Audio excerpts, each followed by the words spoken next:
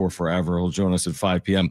Talk some San Diego State football with their offensive line coach. Senior night's coming up. Mike Schmidt will join us at 4 p.m. We can start with Randy Jones. Obviously, thoughts and prayers and condolences to the Jones family, to Padres fans. A significant figure in Padres lore going back to the 1970s, but then staying in San Diego for all these years as well, an ambassador, a broadcaster, and more.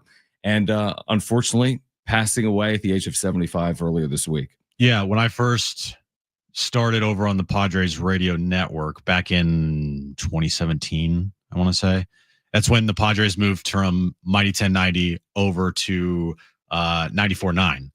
And they were going through a major transition. I go over there. I'm helping try to get that broadcast on the air. And Randy Jones was a big part of helping that broadcast out in any way he could. And, every story that I have about Randy Jones, everything that he would say to me or we would talk, like, I can't repeat it on air because Randy was just so authentic. Like, he was just like so nice, but also so authentic. And one time when my dad was a Randy Jones fan growing up. And my dad came down and I was working over, for the Padres radio broadcast. And, at that time they were a little more lenient on, hey, if you want to have someone come watch batting practice, we'll give you passes. Right. Now it's impossible because they're just gotta stick up the where. And so I got my dad a pass to go watch batting practice. And I told Randy, because I saw Randy in the booth, and I was like, hey, so my dad's here. He was a big fan of yours. I was just wondering if we can, if you could come down to the field and take a picture with us. He's like, oh yeah, sure. I'll come on down. Just holler at me. Impersonation. Yeah. Just come on, just holler at me. So I'm down on the field with my dad and we're watching batting practice, and Randy comes up and he has a jersey in his hand. And I was like, what's okay? Maybe he's giving a jersey to a kid. He gives my dad a signed Randy Jones jersey. Wow. I was like, whoa, okay. My dad was like, are you serious? He's like, oh, yeah, absolutely. Took pictures with him on the field. I posted one of the pictures today on social media. And yeah, Randy, look, if you're a Padres fan and if you ever met Randy Jones, everybody has a Randy Jones story. Mm-hmm. Everybody, that met Randy, that took a picture with Randy. I saw a ton of pictures online today. He was more than happy to take pictures with anybody. I saw this kind of floating around out there, so I'm not going to take credit for it, but it's absolutely right. Like, Randy Jones was the first Padres superstar, right? Yeah, I saw that UT column on that. Yeah, won the Cy Young. His year was incredible. We'll never see a pitching year like that ever again in baseball. Rightfully so, has his number retired here in San Diego. And yeah, the Padres lost an ambassador today. They lost a big part of their franchise. And for, the older crowd in San Diego that are Padres fans, they lost probably one of their favorite players of all time today. It's an interesting point because, to your point, I think most of our listeners and most Padres fans didn't see Randy Jones pitch. Because Randy Jones pitched in the 1970s, which means if you are younger than 50, maybe younger than 55, you didn't see Randy Jones pitch. Right. Okay. But you understand his legacy. He's been in San Diego for the last 50 years. He grew up in Southern California. And you're right, his 1976 season is an absurd season with the 300 innings and the 20-plus wins and a Cy Young Award. I mean, that's an amazing accomplishment. But it's amazing. You win a Cy Young, okay. Like, Blake Snell won a Cy Young.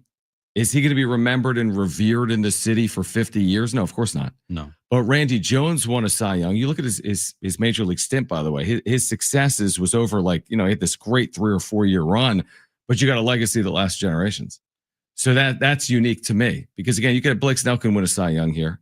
Is Blake Snell going to be remembered 50 years from now as an ambassador, a legacy piece of the history of the Padres organization? I don't think he will, like Randy Jones has been. Listen to his 1976 Cy Young season.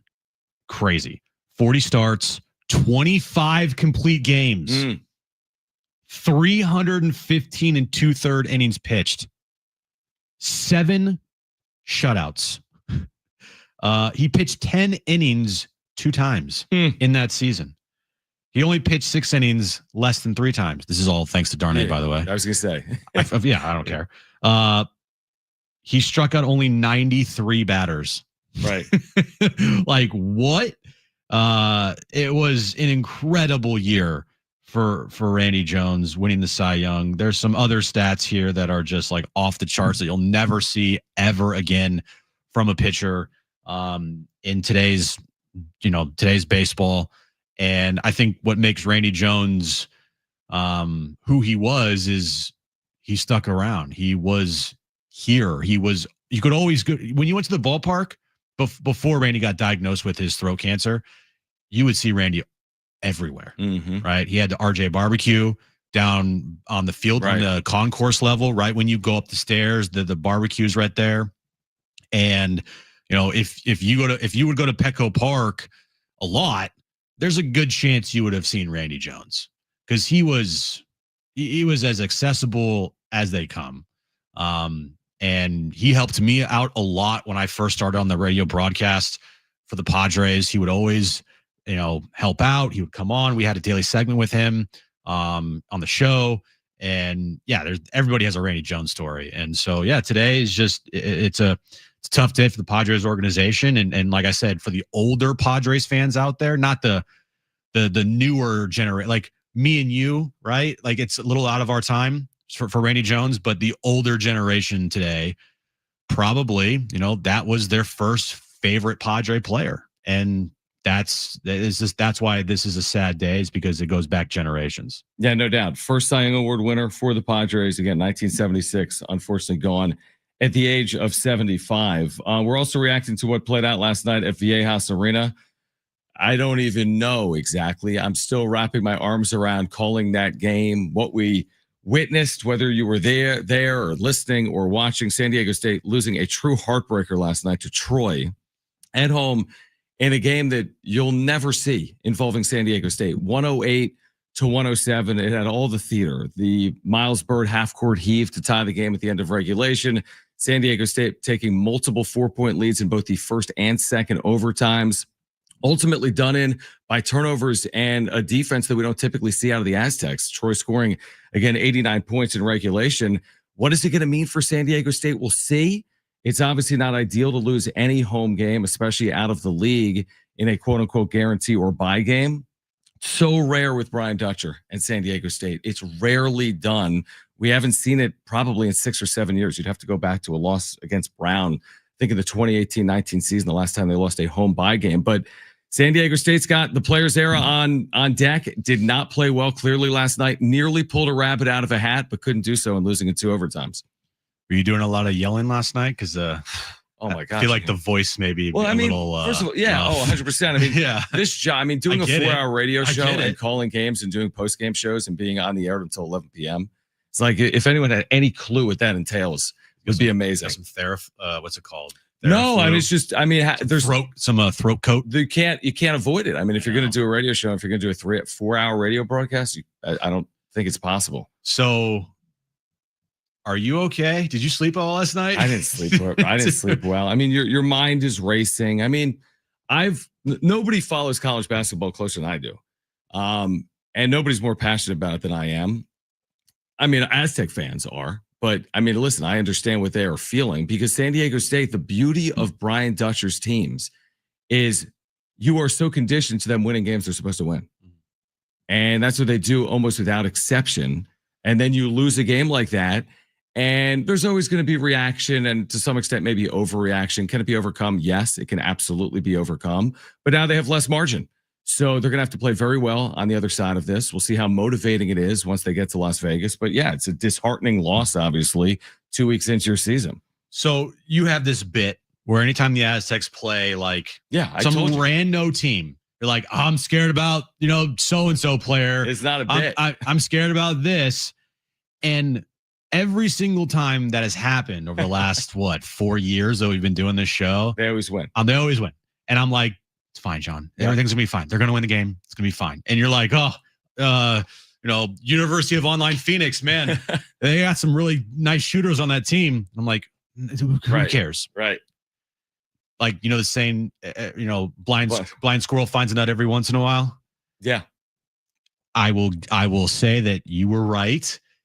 And we didn't really have much conversation about the concerns of Troy, but I know that you had them. Yeah. And so as that game started, I was thinking to myself, maybe John Maybe he might was be on right. something here, because they jumped 14-2. out to a 14-2 lead and they didn't let up. I mean, look, we'll talk about San Diego State. Credit to Troy.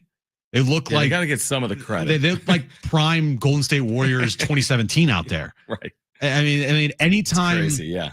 the Aztecs made a run after the 14-2, jump in the game to start the game, they countered every single time. Yeah.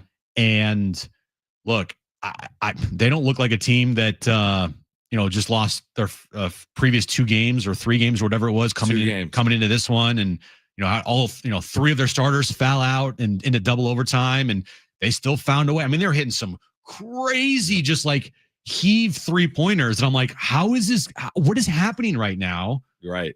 And so, yeah, credit to Troy for doing what they did. I mean, they're averaging damn near 90 points a game, and you saw why last night. But on the flip side, I was thinking, is that the worst loss in the Brian Dutcher era? No. What's the worst one? Well, I mean, certainly Brown at home metrically isn't even close. Okay, so this team was in the tournament last year. But that's last year. Yeah, but that's all we can really go off. I know, but their Ken Palm's in the almost 140s. No, they're Ken Palm right now. First of all, 140s is why they were scheduled. They're a top half team. Like 140s is good. There's 360 teams. But they were a 15.5 point favorite. I'm saying is, I can't remember the last time a bye game for San Diego State at home at Viejas Arena. It was Brown.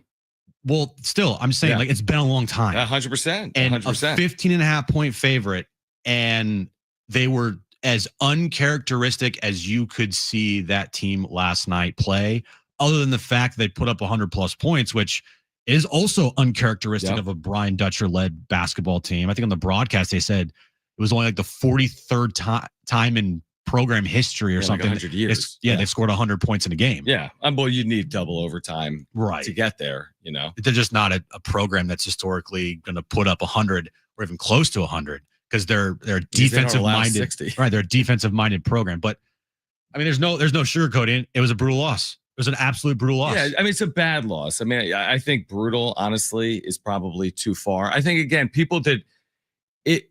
The thing is, there's a lot of complexities in college basketball.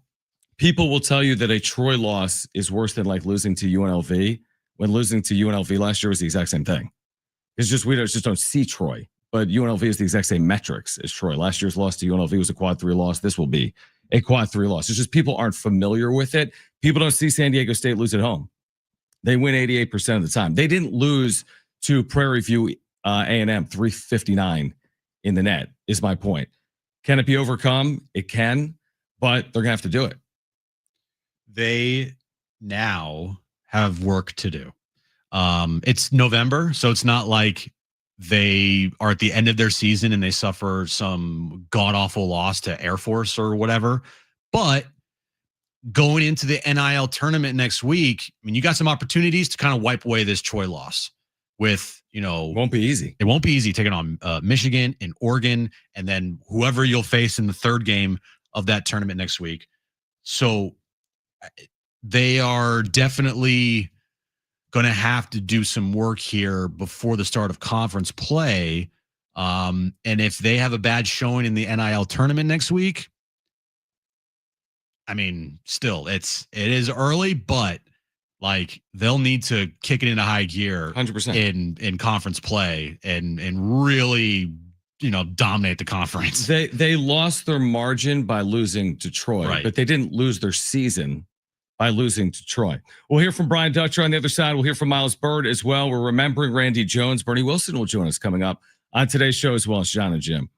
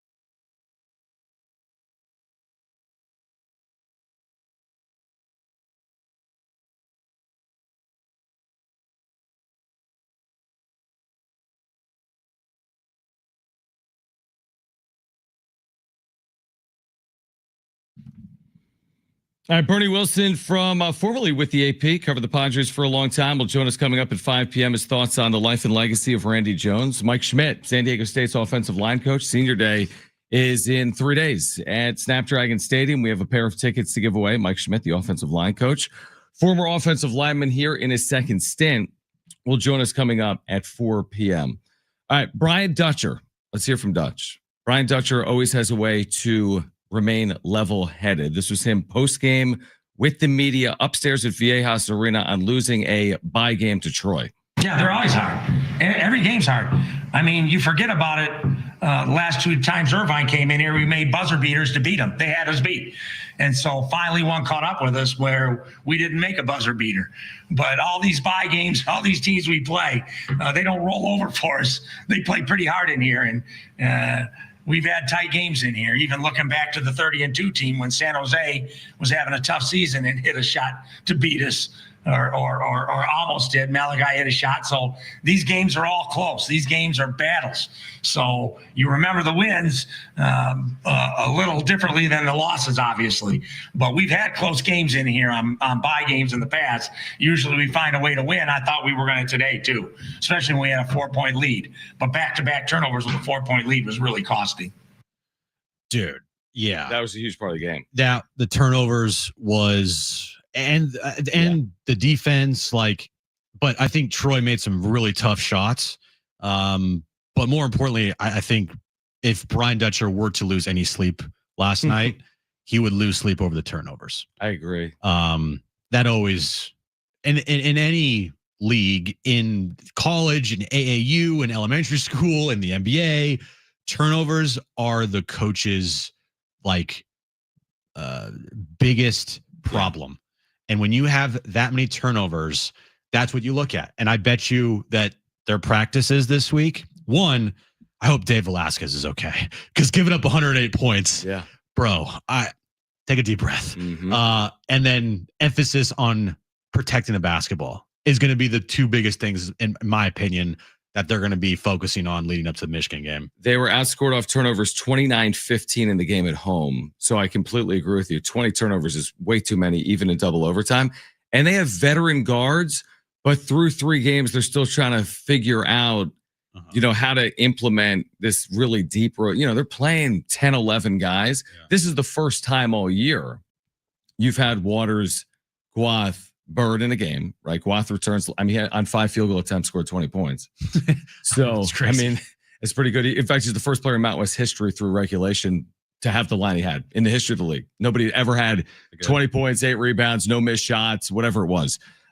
So the encouraging news is you have Magoon Guath, who returned. You have Reese Dixon Waters, this veteran player. You have Miles Bird, who I thought played really well, scored 24 points in the game, did miss a 3 for a chance to win at the end of the second overtime. You just gotta put in the rearview mirror. You gotta hope that you're better off for it, and you gotta hope with some rhythm and consistency, like Guath, Waters, Bird on the floor together, hopefully over and over and over again. Hopefully that pays dividends. But there's no question. I mean, there's things that have to be cleaned up. Brian Dutcher said it. Anyone would say it if you watched it or were there last night. There's no question. Yeah, other than the fact, and this is like a big thing here. Other than the fact it was a quad 3 loss, other than the fact it was a 15.5 point favorite at home and you lost to a bye game to Troy.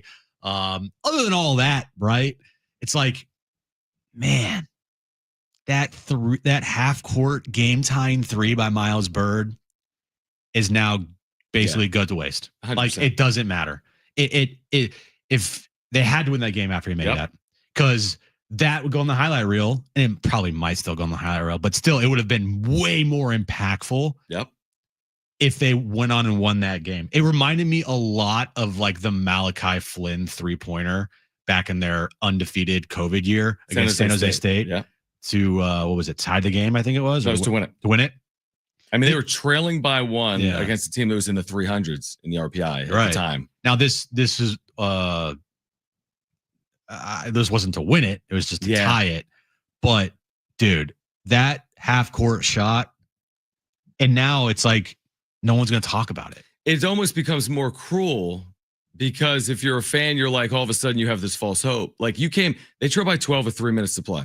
And then I know. And then you said the game was over. They we tied didn't it even up. talk about that. They tied it up.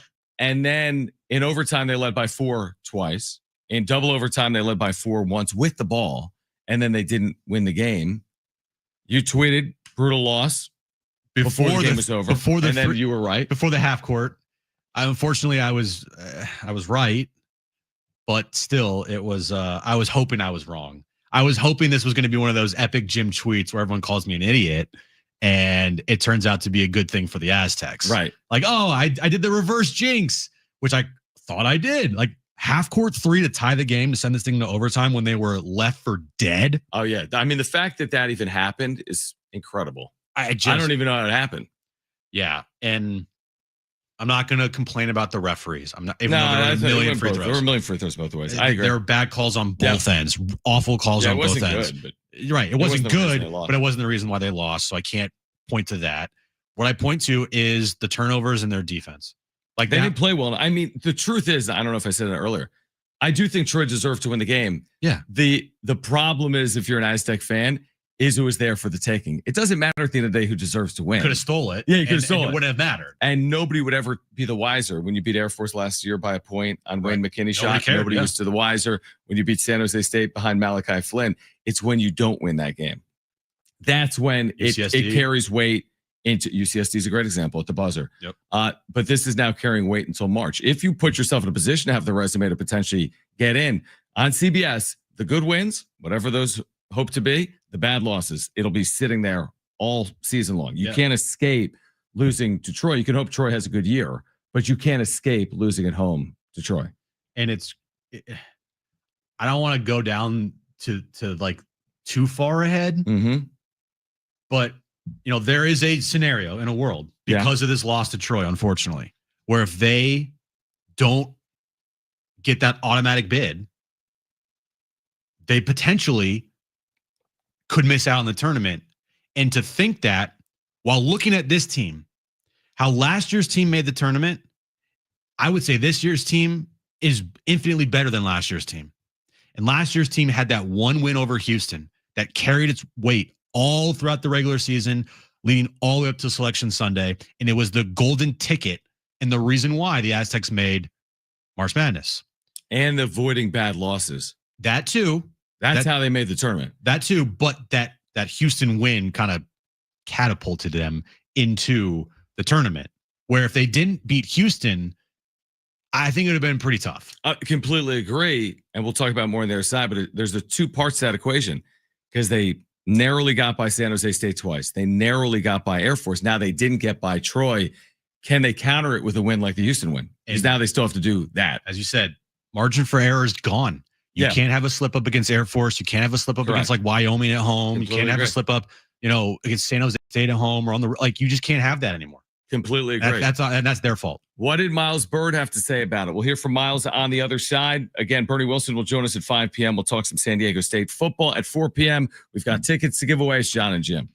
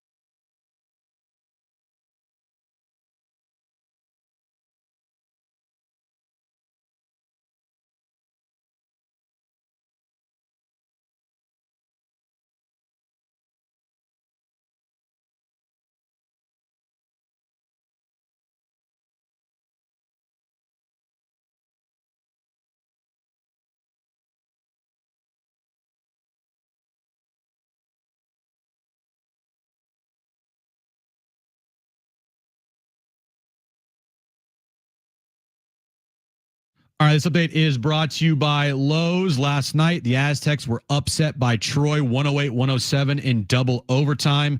The Aztecs were a 15.5-point favorite at home. They now head to the NIL tournament in Las Vegas next week, where they will face Michigan first up in the NIL tournament. And sad news of the day in San Diego's former Padres great and former Cy Young Award winner Randy Jones passed away today at the age of 75. Lowe's knows that saving is always top of mind, especially this season. Shop early Black Friday deals like select pre-lit artificial Christmas trees starting at $59.98 because it's basically Christmas, right? Lowe's, we help you save while supplies last. Selection varies by location.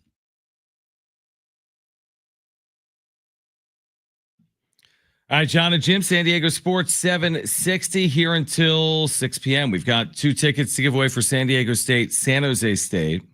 We'll do that in the 4 o'clock hour. We have a family 4-pack of tickets to SeaWorld San Diego's Christmas celebration to give away here today as well. Mike Schmidt, San Diego State's offensive line coach, will join us coming up at 4 p.m.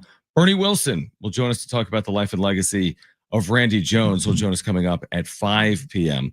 Just wanted to hear from Miles Bird, and we can kind of put a bow for now on San Diego State. There's some MLB news about future TV rights, what it looks like with Major League Baseball moving forward. This was Miles Bird, who, by the way, joined me post-game, didn't need to do it. They lose by a point. Like, I didn't, he just strolls up, wanted to talk about it. And then, of course, he was with the media as well last night. This is Miles Bird with the media on where San Diego State goes from here.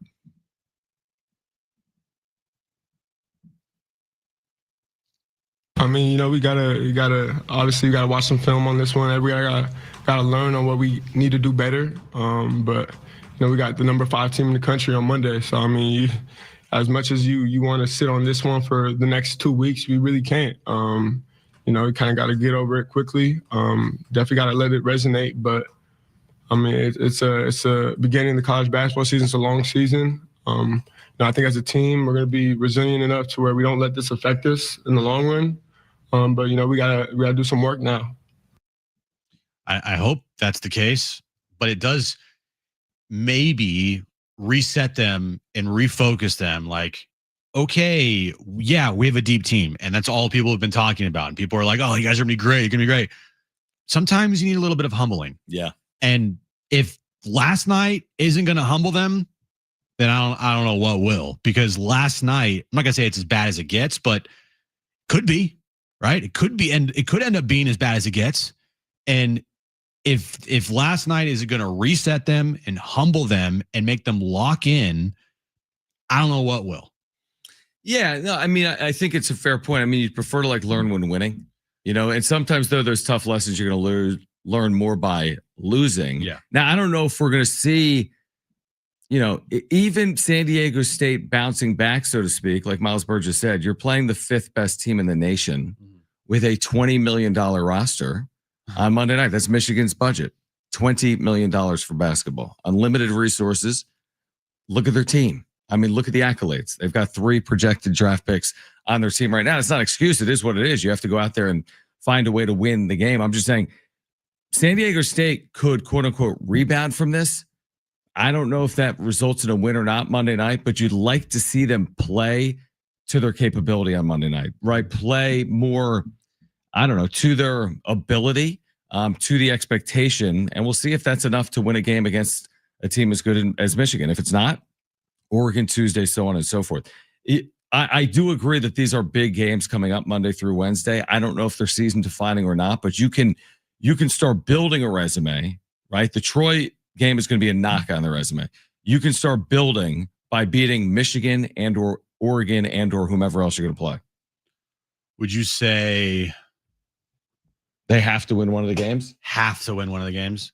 Yeah, I mean, if you go 0-3 in the tournament and you're 2-4 overall, your at-large resume is going to be like, yeah, you're right where you need to be. I mean, you'll have serious work to do, and you'll have to do it basically through the Mountain West. So they have to win a game in Las Vegas to keep themselves in the conversation and keep their metrics high enough to continue to build on that in December, January, so on and so forth. Best case scenario, they beat Michigan. They have that. And if they were to then go, 2 straight losses after that, against Oregon and whoever else. Wouldn't be the best thing in the world, but at least you got that Michigan win. Yeah, you got something to work with, I would say, at that point. I think best case scenario, I'm not going to say 3-0, but if you went 2-1, Be a good result. very good result. Mhm. Very, very good result. I wouldn't wipe away the Troy loss, I agree. but it won't make the Troy loss sting as much. Still going to sting. Don't get me wrong. Like, that's going to sting.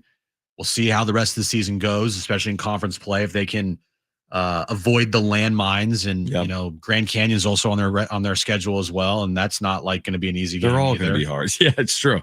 And so I just hope that once we get to conference tournament play, we're not sitting here being like, yeah, they got to win this conference tournament to make March Madness, because some people last night were being like, that's the only way the Aztecs are going to get in. Yeah, but some people are overreactionary, and some people don't know the sport. I mean, there's been a lot of teams that have lost a game of the caliber of the game that San Diego State lost last night that have made the NCAA tournament. That doesn't mean San Diego State will. Two things are true. We still have to see what happens in Las Vegas, and we still have to see what happens in the regular season. What if 30 games? Yeah, what if the Aztecs roll in Mountain West Conference play? How many conference games are there? 20. Yeah, you go 18-2 or something. What if they go 18-2 at conference play, and they beat Michigan? They go 1-2 in the NIL tournament, but they beat Michigan. They go 18-2 in conference play. It's like, then it's a totally different conversation. The Troy loss will still be there, but I don't know if it's going to be like staring you dead in the face like it could be if they don't take care of business from here on out. Yeah, they all matter, I guess, is the point. I mean, the point where I think people overreact is they're like, well, now that you've lost this game, the only path is by winning the Mountain West tournament. It's not factually accurate. I mean, San Diego State has lost comparable games over the years and made it as an at-large team to the NCAA tournament. But what it does suggest is they have less margin of error, and they will need to pick up. The reason you're in an event like this is to take advantage of the opportunity. Yeah, the money helps too. Yeah, for the future of your roster and for your team, but they're not going just for the check. Last year they won 2 games. Beat Creighton, beat Houston. Houston was their ticket potentially to the NCAA tournament. So it's hard. I mean, people said Boise season was over when they lost their opener to a Division II game. Now that's unprecedented. I don't know what that's What loss mean. would you rather have? Would you rather have the Hawaii Pacific loss under your belt or the Troy loss? It's not even close. But I don't even know what the Division II loss means, because it's unprecedented. No team's ever done it and made the NCAA tournament as an at-large. So that's truly unprecedented. What San Diego State did is not unprecedented. teams win, right? I mean, it's not the first time that San Diego State has lost at home. And there's other teams in the country that will lose a bye game at home and make the NCAA tournament, guaranteed. UC Davis just beat Nevada last night. Exactly. I mean, Nevada. Exactly. I don't know if Nevada's an at-large team. Listen, I don't think the Mountain West is getting 4, 5, 6 teams in the NCAA tournament like it has the last handful of years. By the way, we'll see how the Mountain West fares, because you got last night, obviously San Diego State losing to Troy in double overtime. Fresno State beat FC Austin, or SF Austin, 80-78. It's a really good win, actually. And then Boise State beat Wichita State 62-59. Also a good win. So they're all close games here. Yeah. I was just saying, I don't think the Mountain West is as good as it's been in recent years. I think you're probably looking at maybe a couple of teams to the NCAA tournament. I don't think you're looking at 4. A couple of teams. You think less or more? When you say couple, like 2? Yeah. Yeah. Okay. Yeah. Probably something like 2 would be my guess. Yeah. What if, like, hypothetically, say Troy wins the Sun Belt, like they did last year? Yeah. Would that? Yeah. You want Troy? Yeah. Huge, no, that's what I mean. Then it's going to be a big nothing burger. They could absolutely do it. They're projected to potentially be that team. Yeah. You're all now Troy fans here. Yeah. They're playing SC tomorrow night. Go in Los Troy. Angeles. So let's see what happens. Troy versus Troy in LA at the Galen Center. All right. On the other side, we have a couple things to talk about on the other side, including Major League Baseball announcing a new rights package. Also, does San Diego State football need to prepare for life post Sean Lewis? We'll explain on the other side. This is San Diego Sports 760.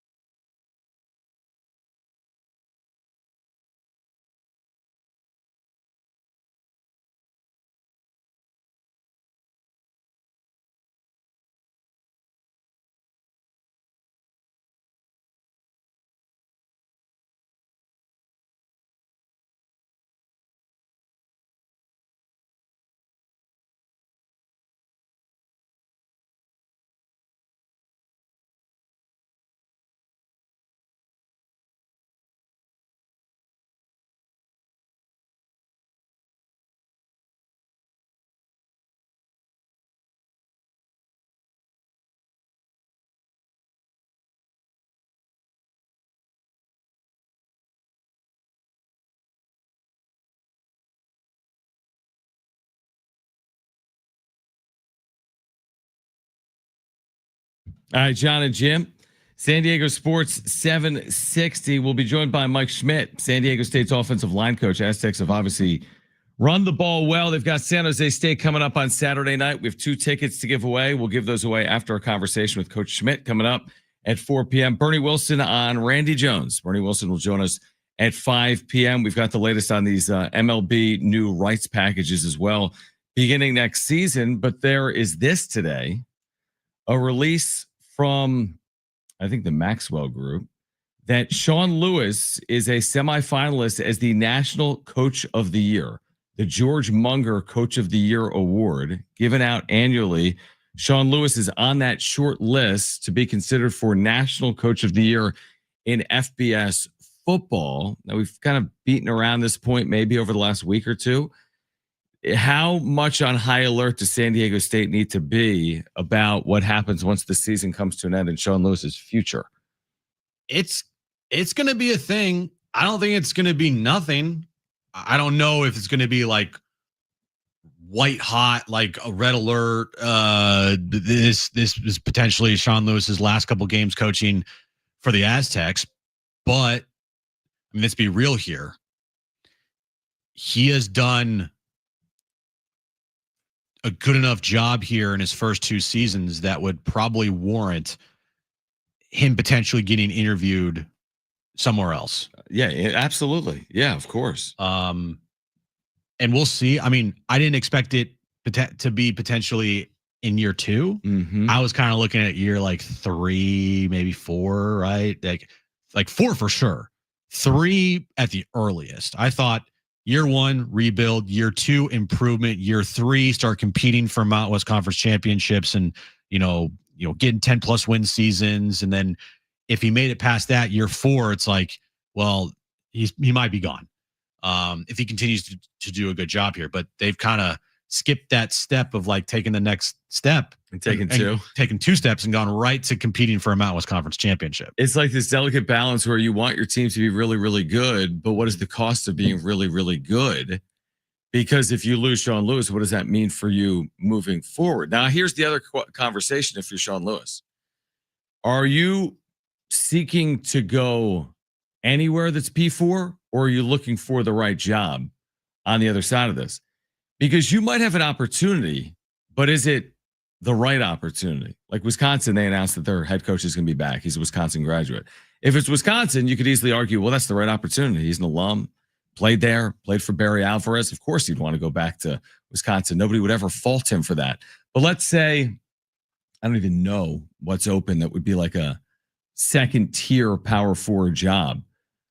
With all due respect to UCLA, Oklahoma State, did they hire somebody? Oklahoma State is a good example. I mean, they've typically had resources and success, but yeah, maybe that's a second tier P4 job. Do you jump at Oklahoma State knowing that if you go, I'm making it up, 4-8 in the first year, people are calling for your head? You get more money, you get more resources, but like you said, yeah, do you want to do that, or do you want to try to see this thing through here at San Diego? And look, what if they do win the Mountain West Conference title this year? Mm-hmm. Wasn't that one of Sean Lewis's main goals, is to bring back this program to be competing and winning Mountain West Conference titles? Yeah. So he already completed that in year number 2. Mm-hmm. And if he were to leave, he'll say, look, I came back here to bring this program back to its winning ways, back to competing for Mountain West Conference championships and winning Mountain West Conference championships. And I accomplished that in just 2 short years. He could say, my job's done. Oh, yeah. No one is going to blame, like if Sean Lewis, let's say in 15 days, because this stuff happens quick. Yeah. Or let's say, you get through the Mountain West championship game. Hopefully San Diego State's in it, win or lose. If whenever that is, 15, 20 days from now, Sean Lewis is like, I've taken the head coaching job at UCLA. I'm making it up, right? I don't think many level-headed Aztec fans will be like, how could you do that? I can't believe you left for Oklahoma State. I can't believe, how could you possibly say that? What would be the reasoning to say that? You're an Aztecs fan, or you're just a fan in general that's like blinded by does it make sense? Your coach leaving you. Yeah, right? Does it make sense, I guess? Yeah, if you're level-headed, but how many honest, like diehard fans out there are level-headed with their sports takes? Yeah, I guess that's true. It's just this is the way sports work, right? Like if you're if you're having success, it's like if you're having success at Ohio State, you go to the NFL. If you're having success at James Madison, you go to Ohio State as a player, Like and get the NIL money. It's just how it works. we can look at it through a level-headed lens. I'm telling you, there will be a lot of fans out there. If that were to happen, that would not be happy. How could you be? Wouldn't be happy with whom? Well, just the fact that the program is losing a coach that just brought them back to win a Mountain West Conference title. And I also do think the fan out there of we don't oh, you just came to use us as a stepping stone and you didn't really want to be here for the long haul and screw you. Guarantee you there will be fans out there that think that way. Well, they think that way. And yeah, we can't control how people think. It's kind of like the Michael King outperform your contract theory, though. Do you want your pitchers performing and then when they hit free agency, you can't retain them? Or do you want your pitchers underperforming and you retain them? Is it preferred Sean Lewis goes 6-6 every year and is here for 9 years? Or is it preferred that Sean Lewis wins a title or two and leaves? That it's a Sophie's choice. It's a delicate balance. But it's kind of the nature of the beast. JD, I think you were at the press conference the day he was announced. Yeah. Well, at the press conference the day he was announced, JD Wicker was specifically announced, what if everything you're saying is true and he leaves in 2 years? He says, yeah, then we'll deal with it then. That's what we want to happen. We want to be really good. Yeah, because let's be real here. He's not leaving if the team goes, 3-7. Right. He's not leaving by his own choice at that point. No, he's leaving because he did a good job here. But here's the thing. The same people that would be pissed if Sean Lewis leaves for UCLA were calling for his job when he went 3-9. Right. So you can't concern yourself with it. Just like the same people last night that wanted to fire Brian Dutcher for losing to Troy. Yeah, exactly. It's like some of this stuff you can't concern yourself with, but it's an interesting situation. I have no idea if Sean Lewis is going to be here in 2026 or not. I think it's kind of fascinating. I know. We had that conversation. It's like, would you rather have an 8-5 year when he returns, or would you rather have a 11-1 year and he wins the Mountain West Conference and leaves? And leaves. Right. 8-5 stay, 11-1 leave. Here's the thing. Or 11-2 or whatever. Right. I mean, if it results in a college football playoff berth and you just roll the dice and you deal with the other side of it. Unfortunately, their odds of making the college football playoff are remote. So are people going to be okay with, hey, they won the Mountain West Conference, which is an ideal scenario still. And then the other side, Sean Lewis moves on. If you go from 3-9 to 11-8 or 11-2, sorry. I mean, credit to Sean Lewis. I mean, then you've deserved the opportunities that are presented to yourself. That's a massive turnaround. It's ridiculous. It's like the nation's best turnaround if that happens. +8 in wins. I mean, outside shot of 12 wins of the bowl game. Yeah. Now, again, they have a lot of work to do. They have 8 right now. To get to 12 requires a lot of good football. Yeah. And they have a bunch of injuries, so it's not going to be easy. Not easy at all. But again, if they do get to 11 or 12 wins, then I understand his name is going to heat up. Hey, even a 10-3 year. This is pretty good, right? Now it's like if you get to the Mountain West Conference title game and you host that and you lose it, that 10-3 is not going to feel the same. And then you get to the bowl game and we'll see what happens there. Right. But still, it already is a great turnaround to go from 3 wins to 8 wins the following year with 2 games remaining in the regular season. Hopefully the Mountain West Conference title game and a bowl game too. But listen, I think the general point is, aren't you kind of fascinated by it? What's going to happen in 2 weeks? Is Sean Lewis staying?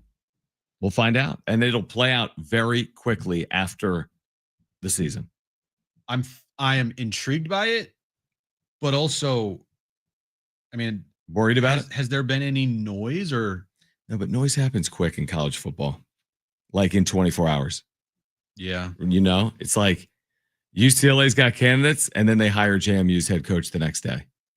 Right. Like that, it happens very quickly. And I guess my last point on it is maybe Sean Lewis, by seeing it through another year or two, has that more ideal opportunity on the other side. Wisconsin, a top half Big Ten job other than Wisconsin, something in the SEC. I'm just thinking out loud, ACC. Maybe by waiting another year or two, he'll have a better opportunity on the other side of it. All right, we're going to get to the latest with Major League Baseball. They've announced new rights packages for 2026 nationally, what that means for Padres fans and baseball fans. Plus, Mike Schmidt, San Diego State offensive line coach, will join us at 4. Bernie Wilson will join us coming up at 5 p.m. Stay with us, John and Jim.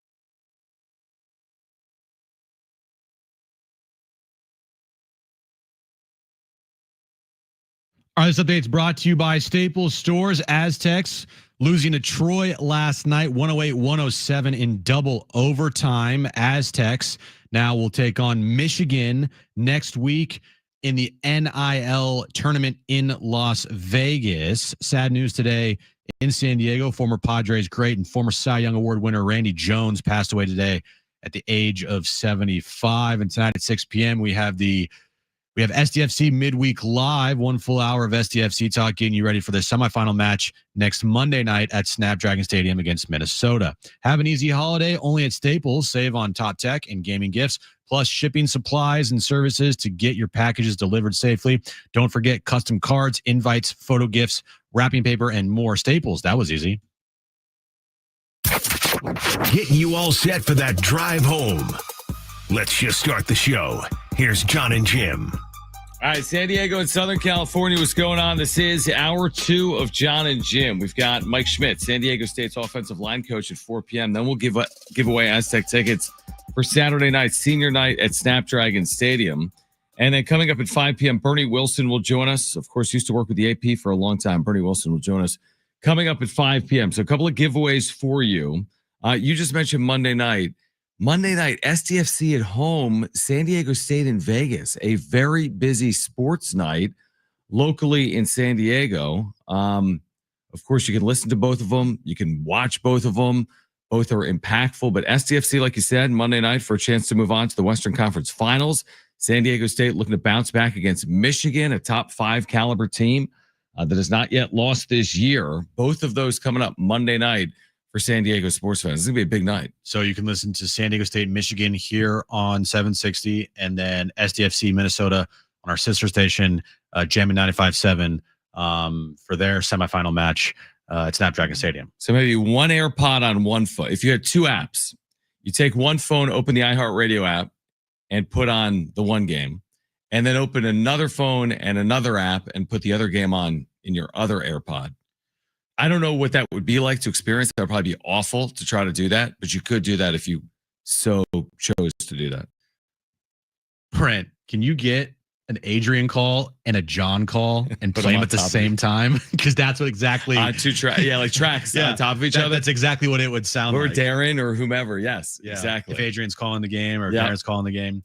You know what? Is there at the same? What time is the match? Is it 7 p.m. the match? Starters is 7:30. Let me double check. Yeah. I forget. It's 7. It's 7. Mike Usher. So I mean, they're basically at the same time. San Diego State plays at 7:30. So you could start with SDFC, and they're not a true overlap, like both at 7 p.m., but they're pretty close to it. You can do the listen to the game on your phone and watch the game on television, and also simulcast. I think that is cool. Yeah, where you can listen to the play-by-play from local radio on Apple TV. It's from the home side, so I'm pretty sure that's how it'll work. I don't know. I don't know if any changes. I don't know if it's different if it's on Jammin' 95.7. Like if they go to listen to the home broadcast, is it going to be John calling the Aztec Michigan game? No way. That'd be ridiculous. Because I did it recently, and here's what impressed me the most about that. However, the audio matches the video is the most impressive feat. Oh yeah, because we know when we're doing audio work with there's factors at play. So however they do that, it works. It works within like a quarter of a second or whatever. So anyway, we have that coming up Monday night on Snapdragon Stadium, and then against San Diego State in Las Vegas. We have learned today, Jim, that Major League Baseball has new national TV packages for 2026. We're talking about this upcoming year, and they are unique, including Sunday Night Baseball on NBC beginning in 2026. Additionally, Netflix has Major League Baseball content, including the Home Run Derby. There's this whole MLB.TV dynamic with ESPN. There's some other pieces in there as well, but we're getting like wholesale change. How long did we watch Sunday Night Baseball on ESPN? 30 years? Forever. Jim's lifetime. It's 30-something years. Mm-hmm. And that's finally switching to NBC. What do you make of these switches and changes heading into next season? So the whole rundown here, we got baseball returns to NBC for the first time since 2000. Okay. World Series used to be on NBC. I remember. Sunday Night Baseball and all wild card games are going to be exclusively on NBC, NBCSN, and Peacock. Really? NBCSN? Okay. MLB's Sunday leadoff show will be on Peacock and on NBCSN, Okay. NBC Sports Network. Yeah. Which is back. That's 2026 All-Star Week coverage will be on NBC, NBCSN, and Peacock, including the Major League Baseball draft and futures game. And then special event games, including primetime matchups on opening day and Labor Day. The agreement, which covers the rights for 2026 through 2028. And then we got to get to the MLB.TV stuff, which I don't even really understand yet. I think that the Padres eventually, when the season comes close, they'll send out a memo, let fans know how to do it. Like, okay. But as of right now, I have no idea. I think from what I read today, you'll still be able to do it if you're a Padres fan the way you've been doing it through MLB.TV. But I think there'll be another avenue to do it through ESPN's direct-to-consumer app, which nobody likes right now. Mm-hmm. But ESPN now, I guess, owns those rights for the next 3 years. What about Netflix? Listen to Netflix's rights package. It's so bizarre to me. The T-Mobile Home Run Derby, an opening night exclusive game. Giants and Yankees, I think. Which is big. The 2026 MLB Field of Dreams game. Phillies and... Yeah, I just saw that. I forget who they're playing. Is it Reds? I don't know. But you're right. The Field of Dreams game. So that unique standalone in the cornfields of Iowa. It's Phillies and Twins. I was wrong. Weird. But okay. Cornfields of Iowa. Cool. And then they also own the rights to the World Baseball Classic in Japan. Not the World Baseball Classic. They own the Japanese rights to the World Baseball Classic. It's like the most bizarre portfolio of baseball games. Netflix loves their events, like Home Run Derby. They don't want the whole season. Christmas Day football. Like they just love these. They just love events, I feel like. Now you sent me something today that got the money made Rob Manfred surprisingly, shockingly, look like an idiot. And baseball look like, what are you doing? They threw away a lot of money. So where'd you get this? Where'd you get this from? The Athletic. Okay. So in the Athletic, I have it pulled up. Yeah. Says here in the Athletic that ESPN planned to pay around $1.65 billion over the next 3 seasons for Sunday Night Baseball, the Home Run Derby, and first round playoff games. Now that NBC and Peacock has picked up Sunday Night Baseball and the first round playoff games, they picked it up for nearly $200 million a year. Essentially, it comes down to they had 2 deals, right? Opening day, Home Run Derby, Field of Dreams game on Netflix for $50 million per season, and then the $200 million for like the NBC Peacock stuff. Those 2 deals added up to nearly $750 million in total over the next 3 years, which is $900 million less than what ESPN owed before the opt-out. Right. So an epic fail to include an opt-out in this deal, which, by the way, Major League Baseball wanted. Yep. Because they thought they could go to market for more and get a massive deal. Now, there's a caveat later in this article. That $900 million that they're like this gap from $1.65 billion to $750 million. There's a $900 million gap the next 3 years. Yeah. How are they making that up? The MLB.TV rights that were sold to ESPN, ESPN's going to pay $900 million for that for the next 3 years. But the however is MLB used to make that money. Now they're not. Now they're not. Now that ESPN will make anything on top of it. So certainly this opt-out deal that Major League Baseball put in these contracts that have put them in this spot where they've got these 3 years, 26, 27, 28, it's cost them a fortune of money. Putting the opt-out in for ESPN. And remember what Rob Manfred said after? Good, we don't need them, essentially, right? Yeah. They weren't good for us. Was a massive calculated mistake. I love this line in the article. Manfred's move in the original negotiations is akin to reaching for a 3-0 pitch and fouling out instead of just taking first base and collecting $1.65 billion. We've seen that. Yes, we have. We've seen a little bit of that. Every time we've seen it, we are losing our minds. Exactly. Because it's stupid. Imagine being the commissioner as you report to the owners. You retain your job as long as he does, and you literally cost owners hundreds of millions of dollars. And they're like, what are you doing? Hundreds of millions of dollars. Because they have to have a deal done by next year. They can't just go into next season with nothing. And by the time the opt-out happened, you're right, it's like this, it was such a cluster F. And you're doing this on the heels of a potential labor dispute. Yeah, which could cost the owners hundreds of millions of dollars. Yeah. It's like, crazy. I know this is probably maybe a bridge too far, but let's just go down that road real quick. Okay. Let's go down worst case scenarios, there's a lockout, at least for half a season in 2027. I don't know what Rob Manfred's contract looks like as commissioner, but if you're the owners, how do you not try to get this guy out? How do you not try to push him out for taking this, or not taking this awful deal? Because I'm not gonna say it's an awful deal, but just like leaving so much money on the table, and then being basically the poster front and center of a potential lockout in 2027. How do you stay commissioner if those things happen? Well, he's signed through January 2029. They just extended him for 4 years, so that happened within the last year. He makes, any guesses? Good amount. Rob Manfred, does he make more or less than Joe Musgrove? More than Joe Musgrove. Per year he does, $25 million. That's a joke. Plus options. So who the heck knows what he actually makes? He's done some nice things. He has. There's been some wins here with baseball recently. I think the pitch clock is going to be a massive win. I love it already is a massive win. I think the ABS is going to be a massive win. Excuse me. Yeah. The pitch clock has already been a massive win. There's making the bases bigger. I don't know. Like some other things, maybe.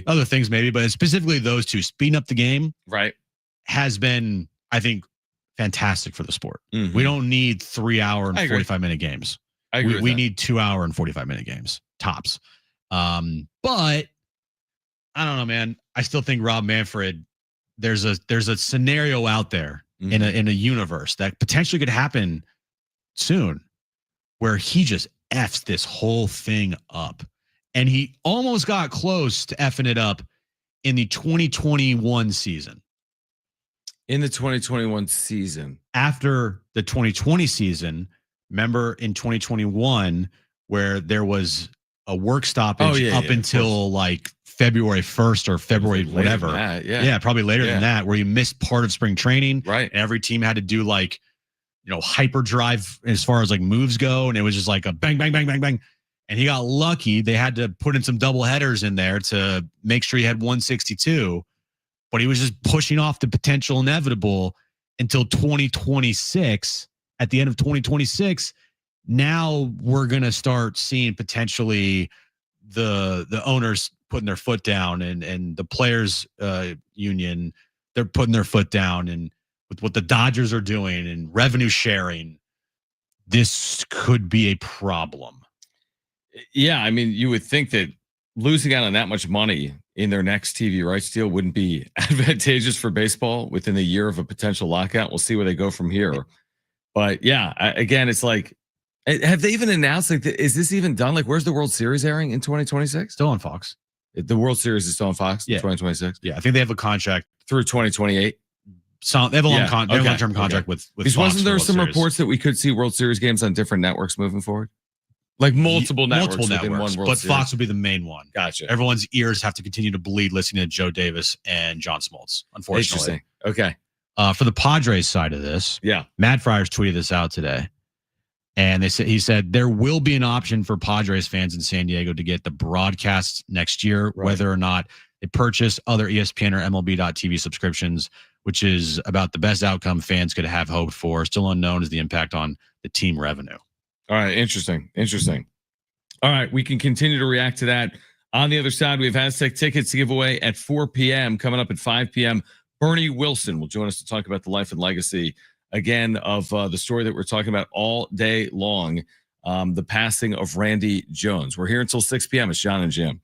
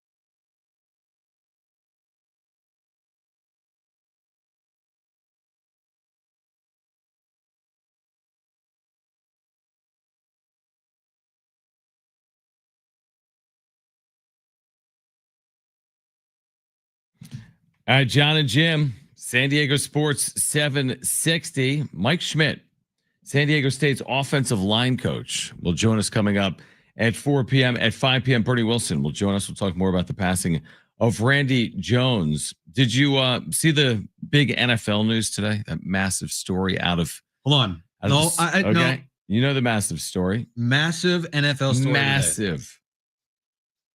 Is it that Shedeur Sanders is starting versus the Raiders? That is exactly right. He will start against the Raiders. His first career NFL start, coming off that 4 for 16, 2 sacks, 1 INT, 47-yard game. You know who the first person I thought of was? I don't know. When I saw that news this morning, Josina Anderson. Oh yeah, that's right. Nobody. Nobody wouldn't happen without her. Carried the water for Shedeur Sanders this past weekend when he went out there and stunk it up more than Josina Anderson. I mean, the ultimate PR spin was from her, probably on the payroll from Dion. And I don't think there's anybody more happy than Josina Anderson. You know why? Not only is he starting, he's going to get first team reps this week. First team reps. And every single one of her tweets over the weekend about Shedeur Sanders was complaining how, hey, Shedeur threw another pick, but it was because he never got first team reps. Give me a break. Do you think he ever relinquishes this job as Brown's starter? Remember, they've had 42 starters since 1999. 42. He's their 42nd starting quarterback since 1999. How long does he stay their starter? Hot take. Okay. Here's my hot take. Yeah. Yeah, he'll be done he's never going to stick. Yeah, like he's not going to. I mean, will he get a chance to start, assuming health, just to finish the year? It's the cycle of the Cleveland Browns. It doesn't even matter. Doesn't matter who you are. They will never have a franchise quarterback. Isn't that insane? Shedeur Sanders is not it. Sorry. He might have some nice plays here and there, and he'll look good here and there. Eventually, they'll move on. He'll be on the long list of quarterbacks for this Cleveland Brown franchise. And this is not going to be like a 10-year thing. Have you ever seen this list? It's insane. I mean, this list is actually insane. There's a jersey. I've seen that in Cleveland. It's like in somebody's like store. Yeah, and it has a list on great. The back of the jersey of every quarterback in Cleveland Brown history since they're 99. Back to Cleveland. The most starts since 99. Let me guess. Hold on. Is it Baker? 2 recognizable names: Baker Mayfield and Tim Couch. Yeah, 59 are the most starts. Baker has to be their most successful quarterback since 99. Not even close. Took him to an AFC title game. Yeah, against the Chiefs, or is that a division game? I don't remember them being in an AFC title game. Were they? I think they were in the title game against the Chiefs on the road. I want to say that was the AFC title game. I think that was with Cleveland. Or it was the divisional series. It was one of the two. Divisional round. It wasn't the wild card round. They played in the conference. They last played in the conference championship game in 1989. Okay, so it was divisionals. You're saying against the Chiefs? 2020. Division round. Okay. I like how you call it the division series. We were talking baseball, so it's on my mind. They won at Pittsburgh in the wild card and then lost to Kansas City. What's the score? That was a close game. Yeah, 22-17. Yeah. And they won 48-37 at Pittsburgh. But that was during COVID. Right? 2020 postseason? Was that? Or was that before? That was before COVID. Thank you. Yeah. Right that was before COVID. You're exactly right. Because guess what happened? That Super Bowl. The one that was in Tampa? No. That was the year before. The one that was in Miami. Oh, it was like COVID was like running around rampant, maybe? COVID was just about, it was like, yeah. We were like, that's right. A month away from COVID hitting hard. I remember. Yeah. You don't remember that Super Bowl? No, I do. What happened? That big game. Who lost? Your team. Yes, they did. They blew a lead. That's what they did in the fourth quarter. They blew a 10-point lead. There you go. Now you're remembering. Now that's all their Super Bowls. So it's easy to it's easy to go down that path. Yeah. That was the 2020 Jimmy Super Bowl. G. That was Jimmy G. He missed a not wide open, but in the NFL it was wide open. Right. Emmanuel Sanders streaking down the middle of the field overthrew him, and that was that. That was the 2020 season right before COVID. It Yes. was the 2019 season, 2020. Oh, into the 2020. Okay, Yeah. yeah. No, I remember. Interesting. Yeah. What's the worst loss of your lifetime as a fan? Is that it, or is it the overtime game? It's the overtime game. Are those the two worst losses of your lifetime as a fan? Or That's Game 7 against the Cavs? a good question. Are those the three worst losses of your lifetime? I would say overtime Super Bowl in no particular order. Overtime Super Bowl 2 years ago against the Chiefs in Vegas. Game 7, up 3-1. Yep. Kyrie hits the shot in Yep. Steph's face. I mean, that He did. it's crazy. Yeah. Side note, I was listening to a Bill Simmons clip the other day. About that? He goes, that Game 7, that series alone, Draymond Green getting suspended changed the history of the NBA. So what happens if it goes the other way? Let's just say Warriors win 5. They're up 3-1, whatever. They win the series. Draymond never gets suspended. Yeah, that's what I'm saying. The Warriors, yeah.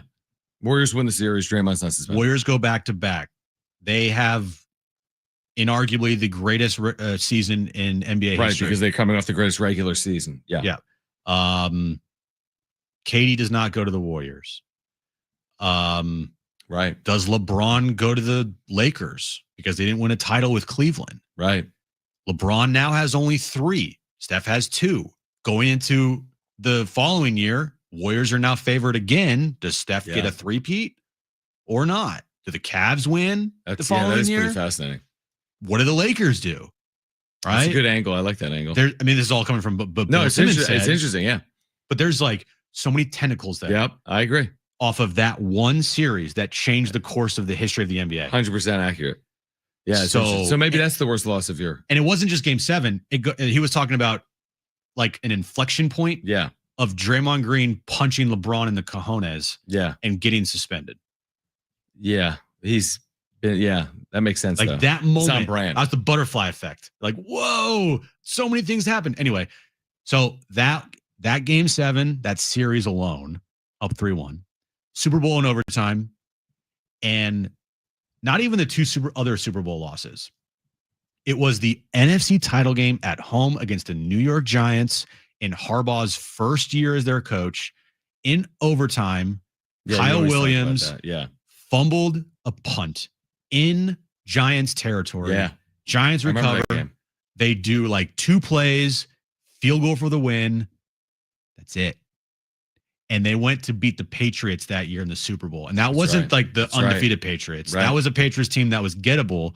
I thought that Niners team had the best defense that year. Could have won the Super Bowl. And I was like, they're gonna beat Tom Brady. It didn't happen. Aren't sports fun? No, they're not. All right. We've got great giveaways for you today, including a pair of tickets to see the Aztecs Saturday night, senior night against San Jose State, and a family 4-pack of tickets to SeaWorld San Diego's Christmas celebration. We'll give away those SeaWorld tickets on the other side. Mike Schmidt, San Diego State's offensive line coach, joins us at 4 p.m. Bernie Wilson at 5. This is John and Jim.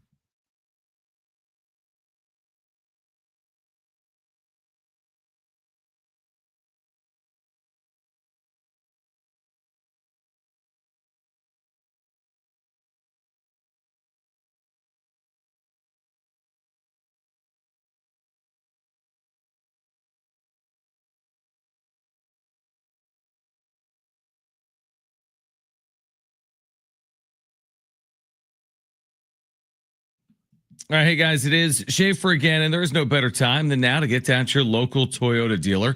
They've got all kinds of new vehicles arriving each and every day. We're talking about their most popular cars, trucks, and SUVs. So whatever vehicle you're looking for, whatever kind of vehicle, you can hurry into your Toyota dealer today. If you're looking for a truck, now is a great time to grab a Toyota truck. They've got the largest inventory. We're talking about Tacomas and Tundras ready to roll. The Tacoma, known for its legendary toughness, off-road capability, everyday efficiency, perfect for weekend adventures or just tackling your to-do list. And then the Tundra, it brings serious power, impressive towing capacity, and bold design, plus the latest tech and comfort features. So whether you need a truck that's built for the trails or built for work or built for your family's next adventure, Toyota has you covered. Again, new vehicles arriving daily, including their most popular cars and trucks and SUVs.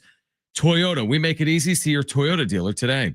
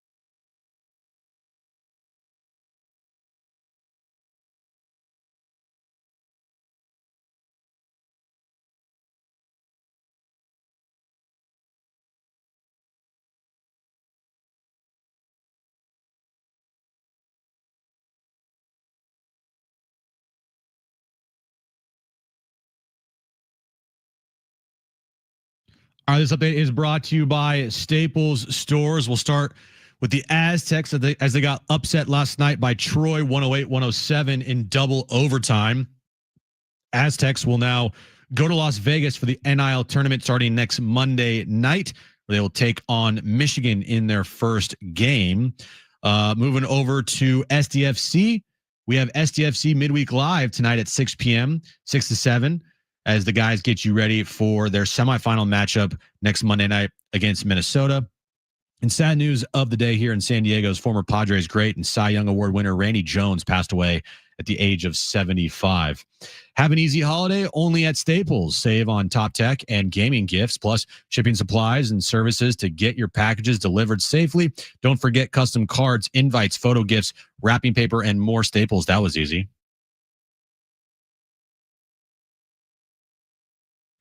All right, John and Jim.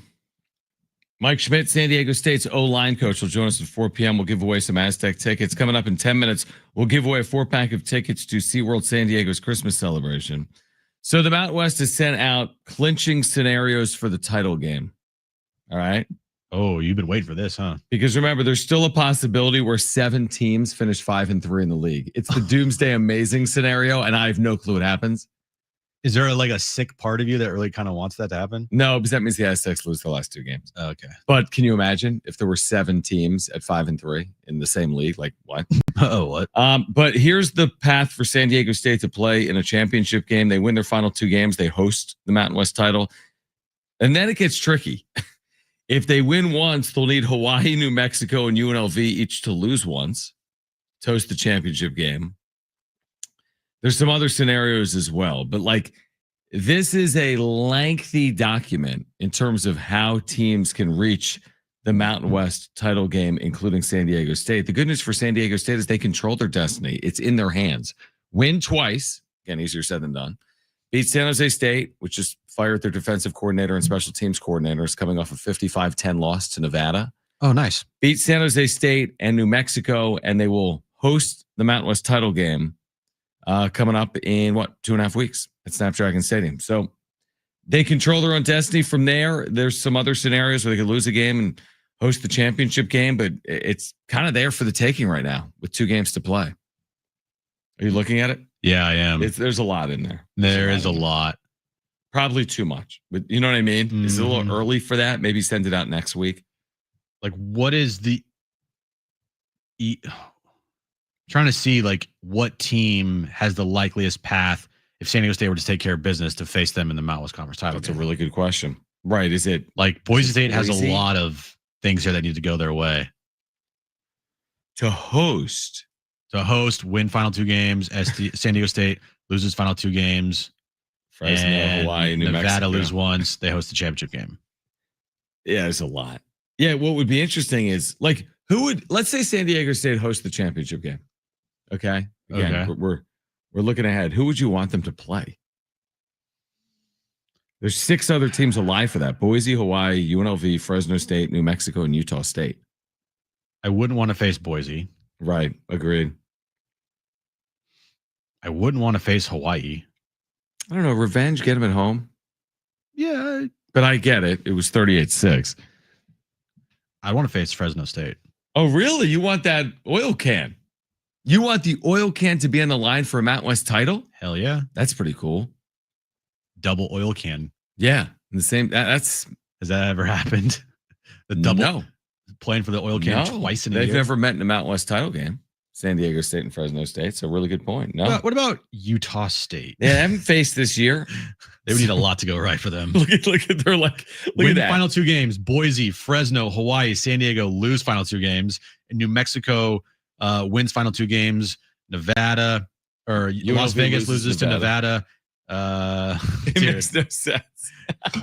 It's ridiculous. If Utah State, Las Vegas, San Diego State all finished at 5-3. Computers decide. Right? Are you gonna do a coin flip in a parking lot, or is that only in high school football in Texas? That was pretty funny, wasn't it? Yeah. So I guess the simple answer is just keep winning. Yep, that would be the simple answer. So keep winning again. Senior night, Saturday night, 7:30 p.m. pregame coverage beginning at 5:30. We'll give away a pair of tickets coming up. again in the 4 o'clock hour, and we'll give away some tickets to SeaWorld San Diego's Christmas celebration coming up in about 5 or so minutes as well. So we'll do that. We started the day talking about Randy Jones. I thank you, Mike Usher, for sending this along. You know about Randy Jones's career success against Pete Rose? Yeah. Like the ridiculous success of his career, where, listen to this. Randy Jones faced Pete Rose 93 times, okay? Yet Pete Rose hit just $183. I mean, think about that. The hit king hit just $183 off Randy Jones. And among one of the notes in here is that he found it so hard to hit him that he even turned around and batted from the opposite side in an effort to hit Randy Jones, which is a really cool note. But I mean, he hit 183. Pete Rose, whatever he hit for his career, however many hits he had, some ridiculous total in 93 career plate appearances against Randy Jones. Pete Rose hit just $183. Pretty remarkable. That's ownage right there. Right? Ownage is ownage. It's kind of like the opposite with the Tony Gwynn numbers against some of the Hall of Fame pitchers that he faced in his career. Yeah, Tony owned the Hall of Fame pitchers. Yeah. It's like the opposite of that is what I would say. Like against John Smoltz and like Maddox, exactly. Glavine. He Yeah. was hit like 320 against all those guys. Yeah, exactly.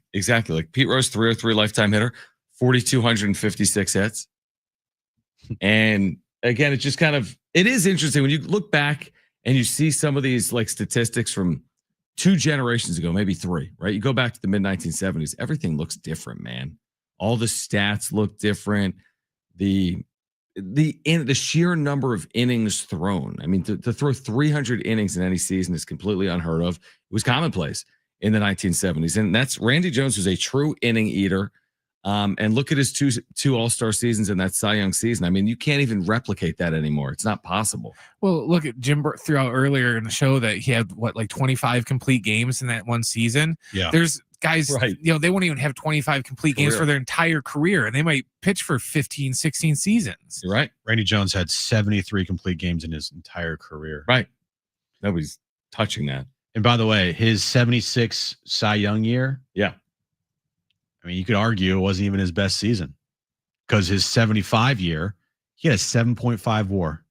He was 20-12 with a 2.24 ERA, led the league in ERA, 18 complete games, 36 starts that year, 285 innings pitched, 103 strikeouts.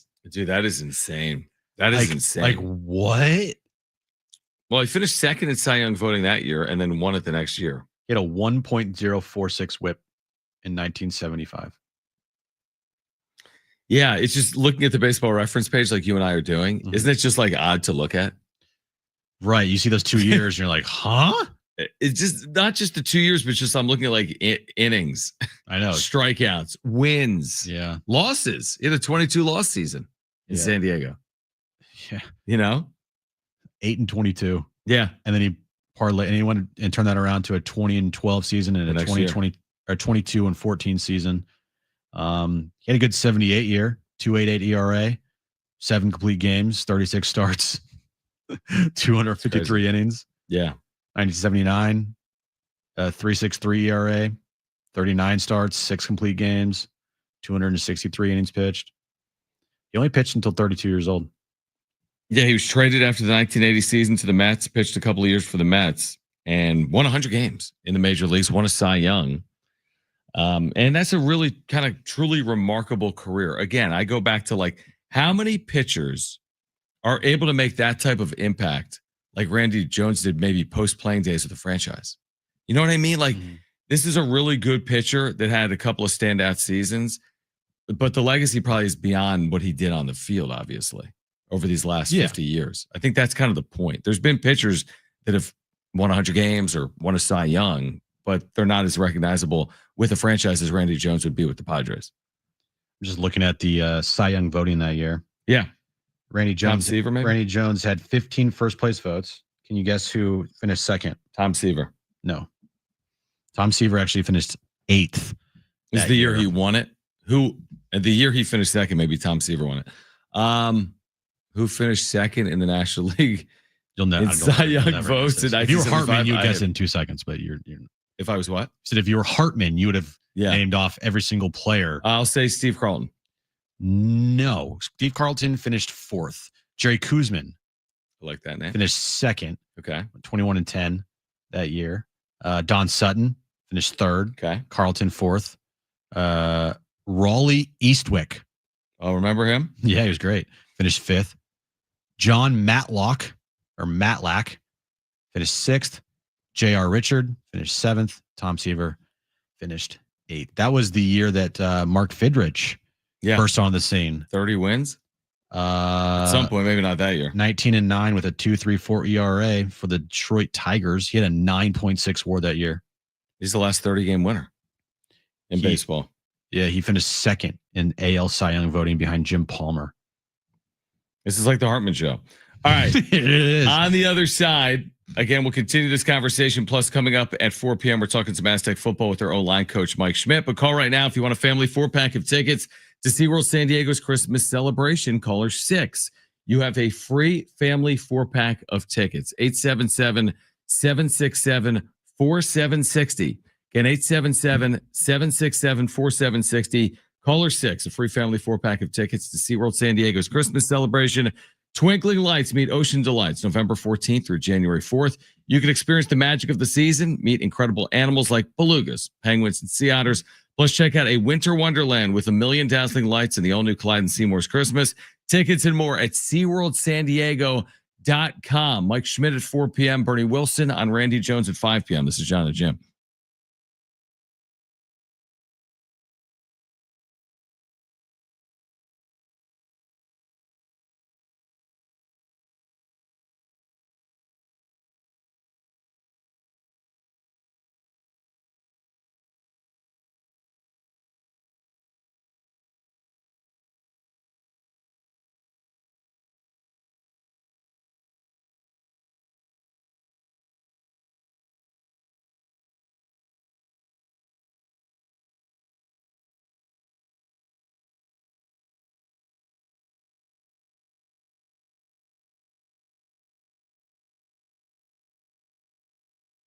Hey guys, it is John and Jim again for our friends at the all-new Hamul Casino Resort, the Players Place.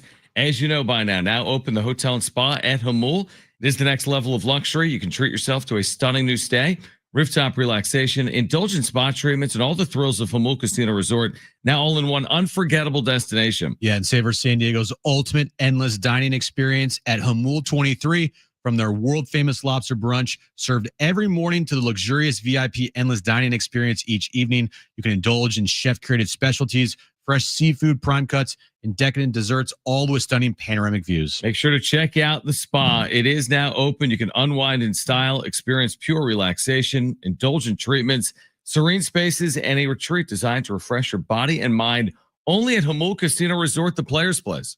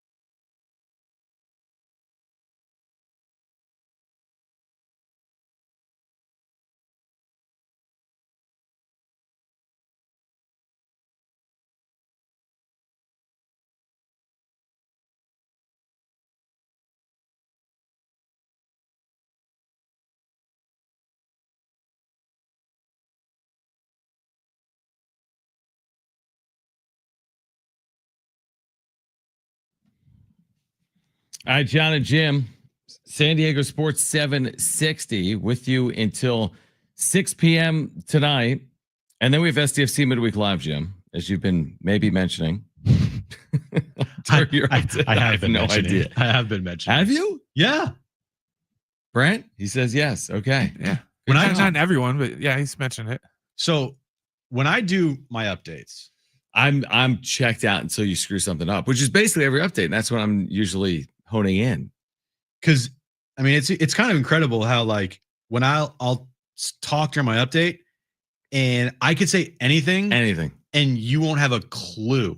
And I'm 2 feet away from you. But I hear when you start really struggling and stumbling, you're like, make sure to cash in your check. Potluck dinner. What? I mean, Visa's now offering. Wait, what? This doesn't even make any sense. I don't say that.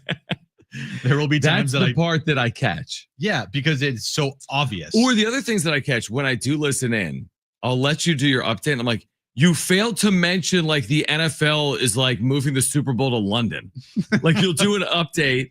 Like you failed to mention that the Padres like won the World Series. That's not realistic. No, it's not.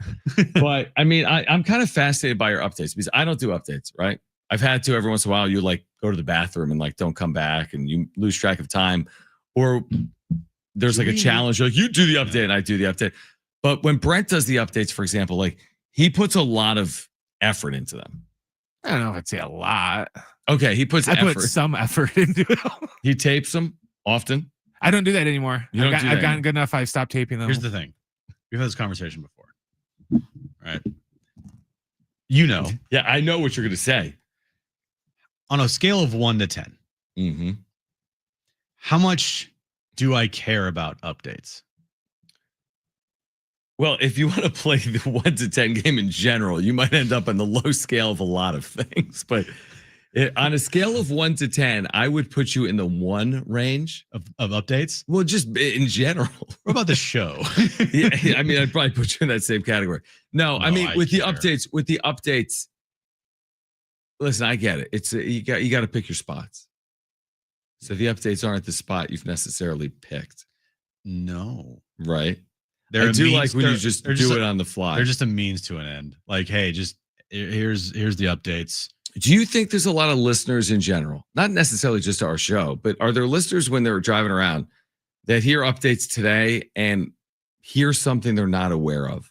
Just in general, like if you're driving around Sunday morning and you're listening to like a Fox Sports Radio national update, do you typically catch something that is unique? Oh, I didn't realize that the Broncos lead 14-0 in London. Here's what I take away from national updates, and it happens during the show after us, which is The Odd Couple, I think is what it's called. Whoever does the updates for nationally for that show, she's awful. Like maybe worse than me. And that's saying something. I'm pretty bad, but I don't care. That's the thing. I don't care. She cares. John, remember she did call it Seton Hall that she one called day. Seton Hall, yeah, Seton Hall, which was unique. That's also something I would probably do too. I could see that. That's true. That would do be you know where amazing. Seton Hall is? Yes, I love this game. No, Seton Hall is. This should almost replace about Team John versus Team Jim. It really should, dude. Somewhere the Jim Russell Collegiate on the East Coast. Geography bee. It's on the East Coast. So where is it? That's correct. It's in Seton Hall. Name a state. You have to for the game. Pennsylvania. The Seton Hall, Pennsylvania Pirates? I don't know. It's in South Orange, New Jersey, which touches Newark, New Jersey, which touches New York City. Which touches Pennsylvania. Not necessarily South Orange. It's like on the water. It's like on the Atlantic. But Jersey touches PA. And California touches Utah. Are we talking to Mammoth fans tonight? You know the Mammoth? Do I? Of course I do. NHL team in Utah. Mammoth fans, let me hear you. Exactly. I don't even know how we got there. You asked me if I was mentioning SDFC Midweek Live in my updates, and I said, of course I have. You don't listen to anything I do. Hold on. One more trivia question. This is just fun. What is Seton Hall's all-time claim to athletic fame? What is their greatest accomplishment in school history? I mean, I know that's a little ambiguous. You're looking at me like, well, what are you talking? But when I say it, it's like it's not subjective. It's a factual thing. What's their best sports success. Winning a national championship, No, but close. getting to a Final Four. Yes, with PJ Carlissimo. 1989, they lost to Steve Fisher and Brian Dutcher in the Michigan. Kingdom in the national championship game in overtime. Okay. Have you ever seen the ending of that game? Maybe. You need to see it. That was when Steve Fisher took over the Michigan team in the middle of that season or At close the to the end of the season. season. End of the season. And it took him on to 6 wins. win the national championship. Isn't that incredible? Yeah. Because a Michigan man will coach Michigan is the famous line from Bo Schembechler, who was the AD when that played out. So kind of, fascinating story. Anyway, Seton Hall lost the 1989 national championship game to Michigan. Well, I was born in 1989, so I You don't remember that? don't remember that. John. What were you guys doing? That you guys weren't watching? I was not watching. No, I was doing other things, John. Anyway, the point is the updates are critically important for our listeners. It's not the point. It's really not the point. They're not. If we had like a designated update person, I kind of like that. I like that. Let's be real here. We're not hiring anybody. I can see it happening. Don't want to spend money on an update. An uptake. I feel like back in the day, an update thing was. Here's the thing. We had Ernie here for the longest That's time, right. and when you have a designated update person, Got sound in there. show sounds bigger, but we don't have that, so a little bit of problem. But here's the thing. Maybe we could make you the designated update guy. No, You could just do updates. You don't have to do anything else. Just do updates. I don't even want to do updates. I know. Real surprise. Wow. That's a shocker. It's an unbelievable shocker. All right. Mike Schmidt's going to join us on the other side. San Diego State's offensive line coach. Played at San Diego State. Coached at San Diego State. Left, has returned for a second stint. And he's leading an offensive line and a run game unit that has been unbelievable for San Diego State here in 2025. So Mike Schmidt joins us on the other side. And after our conversation, we'll give away 2 tickets to Saturday night's game at Snapdragon, San Diego State, and San Jose State. So we'll do that on the other side. Then more in the passing of Randy Jones with Bernie Wilson, who covered, obviously, the Padres for a long time. Bernie Wilson will join us coming up at 5 p.m. We are here until 6, SDFC Midweek Live, coming up tonight at 6 p.m. as well with Darren Smith and Adrian Garcia Marquez. But Mike Schmidt, San Diego State's offensive line coach, joins us next on John and Jim.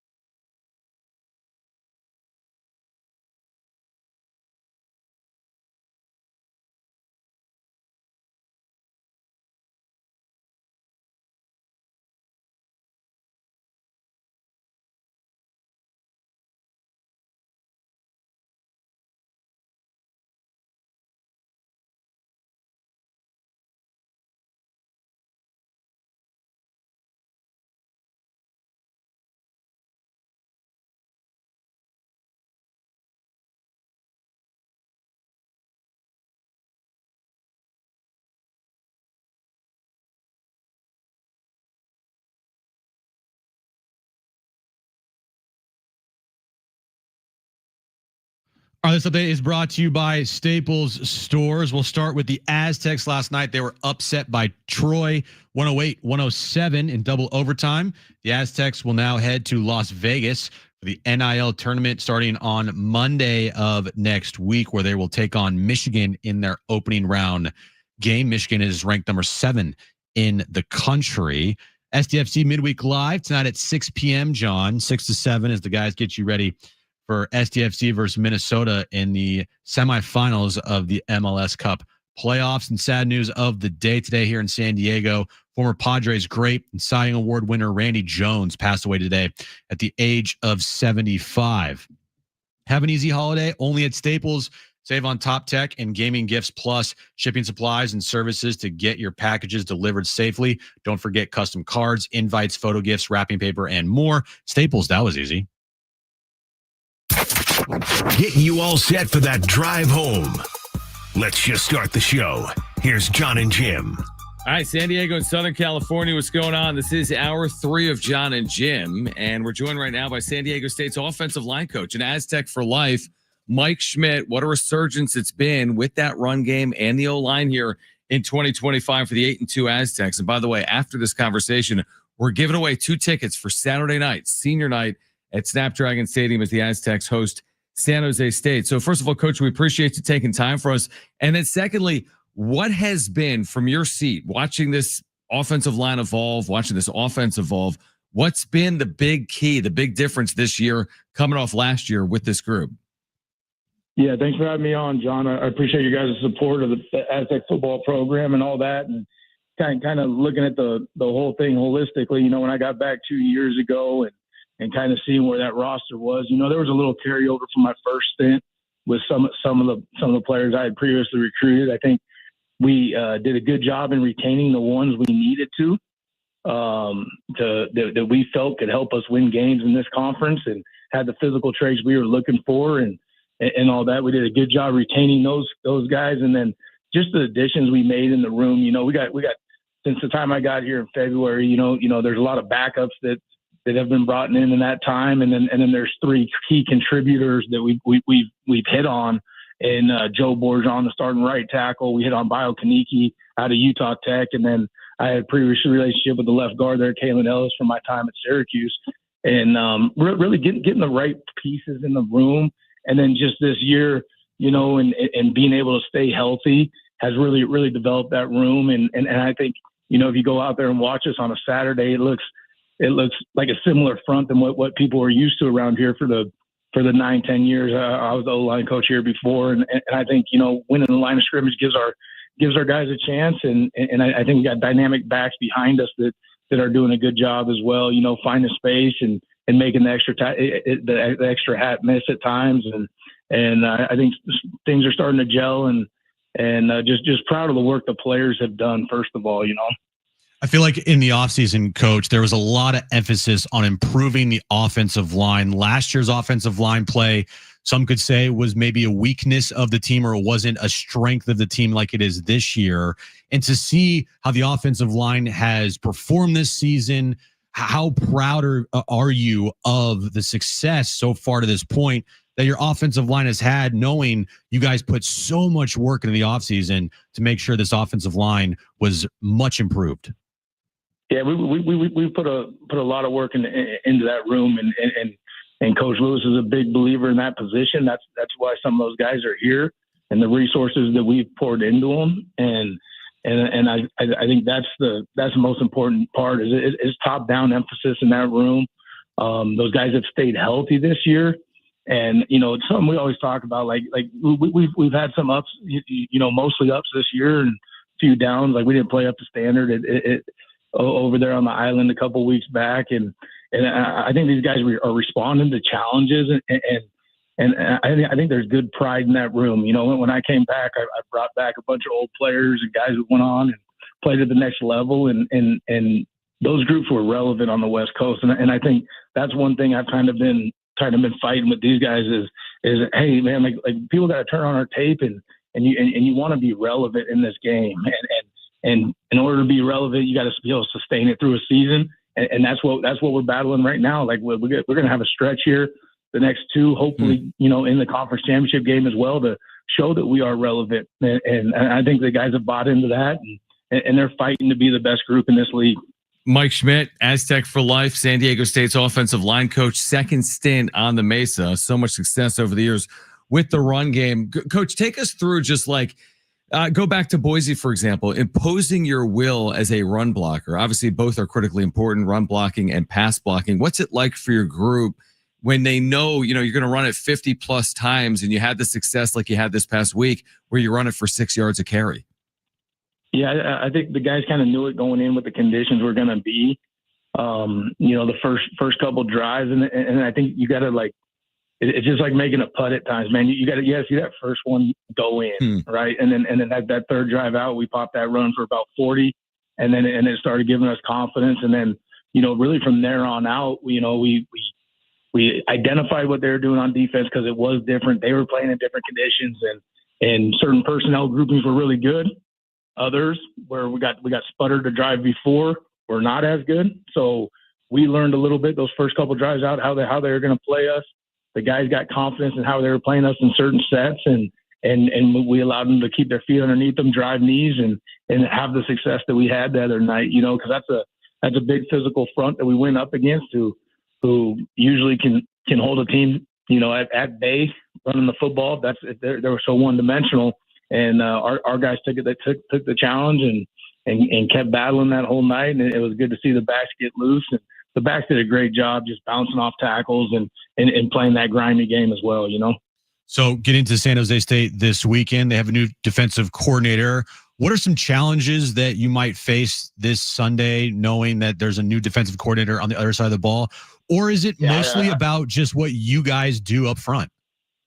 I think that's the most thing. And when you get this late in the year, you got a lot of analytics and stuff that you've been diving into from a run game perspective, where whether it's us being able to fit it up, the running backs, their comfort level in the certain track that they're running. So we have to rely on our successes, what we do well, and the reps that have accumulated over the year. Because really playing defense into certain formations, there's only so many ways a defense is going to line up. Right. Now there's certain pressures, certain movements and stuff like that.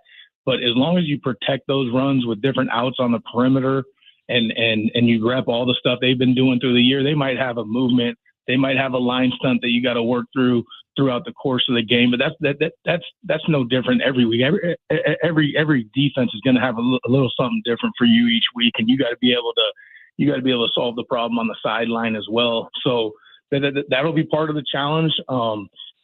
They're still 9 games into this thing too. So how much can they change in a 5-6 day work week as well? So probably structurally not different, but there will be some tweaks and adjustments that we're going to have to make come Saturday night. Mike Schmidt with us right now, Aztec for life, San Diego State's offensive line coach. So you've had a senior night. You've coached in many a senior night, whether it be at San Diego State or elsewhere. Saturday night against San Jose State, you have it coming up. What goes into that? Like making sure that, you have your emotions in check. You celebrate this group that has led to all of the success, but you make sure you take care of the task at hand as well.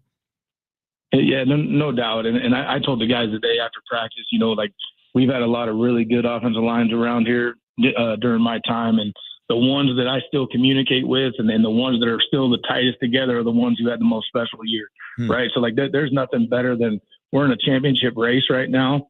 Like we put ourselves in this position. We got to attack this thing the right way. Obviously honor the seniors that have put so much time and effort. Like you got Ross, who's going on really his 6th year here.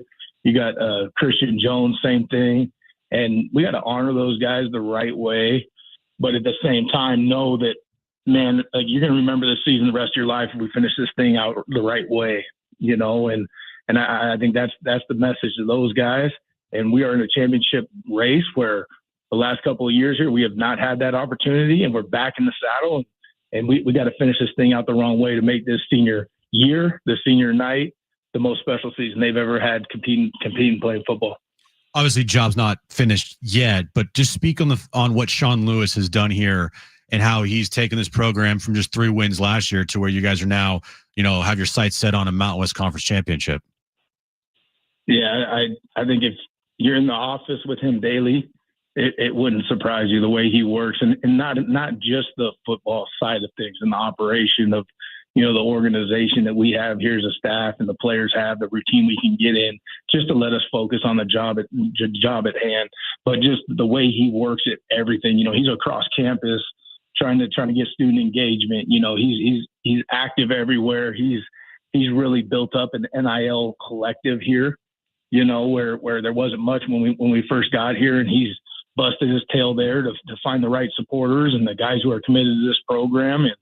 And so there's the way he works, and he's always the first one in here, man, and last one out of here. So there was no surprise that he was going to get it turned around. And I'm just fired up that he gave me an opportunity to come back home and get to know him and work with him and show him I can get the job done for him. I want to finish on that point. For you getting back home, I mean, what has this experience? You've had a unique coaching career, because it's not every day that a coach spends as much time at one place and then has a chance to return to that place. So what has this experience been like for you the last couple of years?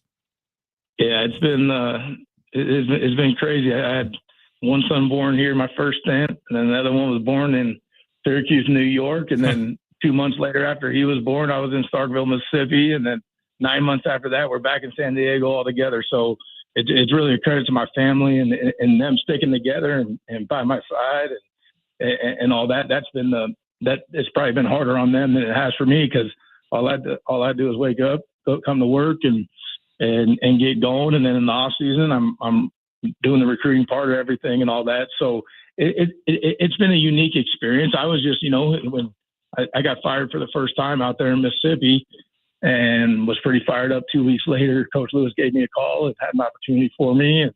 And there's no place I'd rather be than back home. And the reason I left the first time was really for personal growth and being at the same spot and felt a little stagnant with the coaching change from, going from Rocky to Brady and all that, and just wanted to go out there and see what was out there. And I'm so thankful for those years, because I had to get out of my comfort zone, right? And that's how I coach offensive linemen. I don't ever want them to be comfortable. And I felt like the first thing I got a little comfortable there toward the end and wanted to go grow. And I think that's exactly what I did over those 3 years in different environments.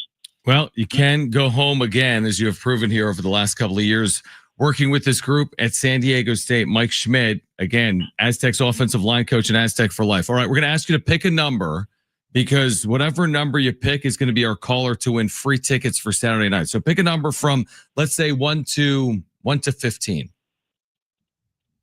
Let's go 14. 14. I love that. All right. How come 14? Curious. Just because? It was closest to 15. That was the last number you said. All right, caller 14. Didn't say like 95. Yeah, 1 to 99. Caller 14 to 877-767-4760 has 2 free tickets to see the Aztecs Saturday night against San Jose State at 7:30. Senior night for the 8-2 Aztecs. Coach Schmidt, appreciate it. Best of luck in your preparation. We'll see you this weekend, all right? Yes, sir. Thank you, guys. All right, great stuff from Mike Schmidt. Again, caller 14 to 877-767-4760 has 2 free tickets to see the Aztecs take on San Jose State. We'll get to the wrap on the other side. Bernie Wilson will join us at 5 p.m. This is John and Jim.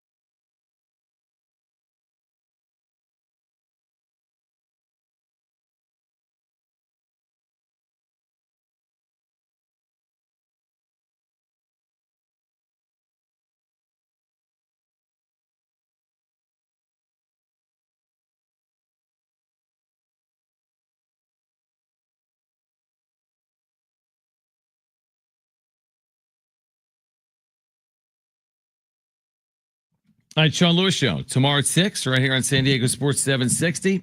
Me and Rich Orenberger sit down with the head coach of the Aztecs. We'll get you ready for senior night at Snapdragon Stadium Saturday against San Jose State at 7:30. But the Sean Lewis Show is tomorrow at 6 on your home for the Aztecs, San Diego Sports 760. I have turned the page for San Diego State basketball to Michigan. I'm watching Michigan Middle Tennessee State tonight, obviously, from Ann Arbor at the Chrysler Center. So I've turned the page to number 7, Michigan, which has nothing to do with Sean Lewis. I don't think Sean Lewis is overly concerned about Michigan's basketball team. He's more concerned about his football team. But from a basketball perspective, I'm turning the page. All right, Bernie Wilson. That's good to know, John. Yeah, I'm turning the page. Bernie Wilson will join us coming up at 5 p.m. right now. Brent, let's get to this. It's time for the wrap. Presented by Sombrero Mexican Food. Check out their website at sombreromex.com. There's John and there's Bob Seeger turning the page. Guys, can San Diego State bounce back and beat Michigan? Oh, yeah, speaking of Michigan. Yeah, they can bounce back. But will they bounce back and will they beat me? I mean, we'll have to see. The one thing I do know is they'll be an angry team come Monday night, a team that wants to go out there and play a much better brand of basketball than what they did last night against Troy. I want to say that the Troy loss is a blessing in disguise, but hey, who knows? They could easily go out on Monday night and lay an egg. So they have the capability to beat Michigan, I feel like. But Michigan's also a really good basketball team. Yeah, I 100% agree. I mean, I hope we don't say San Diego State laid an egg, so to speak, against Michigan. And I hope, if nothing else, they give the Wolverines a really good game, win or lose. But I'm with you. I think they'll be very focused, would be my guess, because of what happened last night and because of the importance of these games starting Monday night against the University of Michigan. I just hope it goes better than the last time we played Michigan. Yeah, that was at Chrysler. I was there 4 years ago. Remember Dutcher against his former player, Juwan Howard. I think 72-58. Michigan won that game. It's the only meeting, by the way, in San Diego State history against Michigan. It was, I think, in 2021, December of 2021. I agree with you, Brent. Next question. Were you guys impressed by LeBron in the season debut last night? What do you do, like 11 points, 13 assists? 11 points, 12 assists. Oh, in my bad. 30 minutes, they beat Utah by 14 or 16 points. They scored 140 points last night. The Lakers. Have you broken down any of his film? No, I just heard him complain about his sciatica post game. How many games do you think he'll play in the regular season? 55. So he missed how many? They played 14 games? 14 he missed. Yeah, okay, he missed 14. Yeah, I'm with you. If he misses another 10 to 15, he'd be in that mid-50s range, potentially.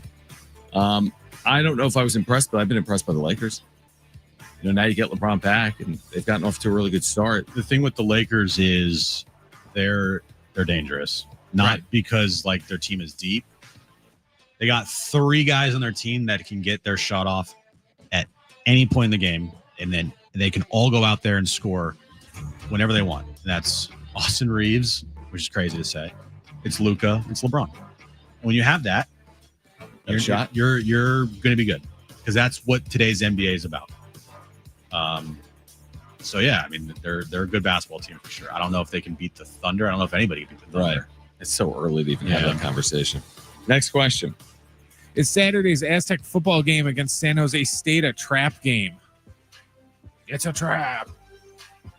Why? Because they're so close to the end of the season. They got New Mexico next weekend.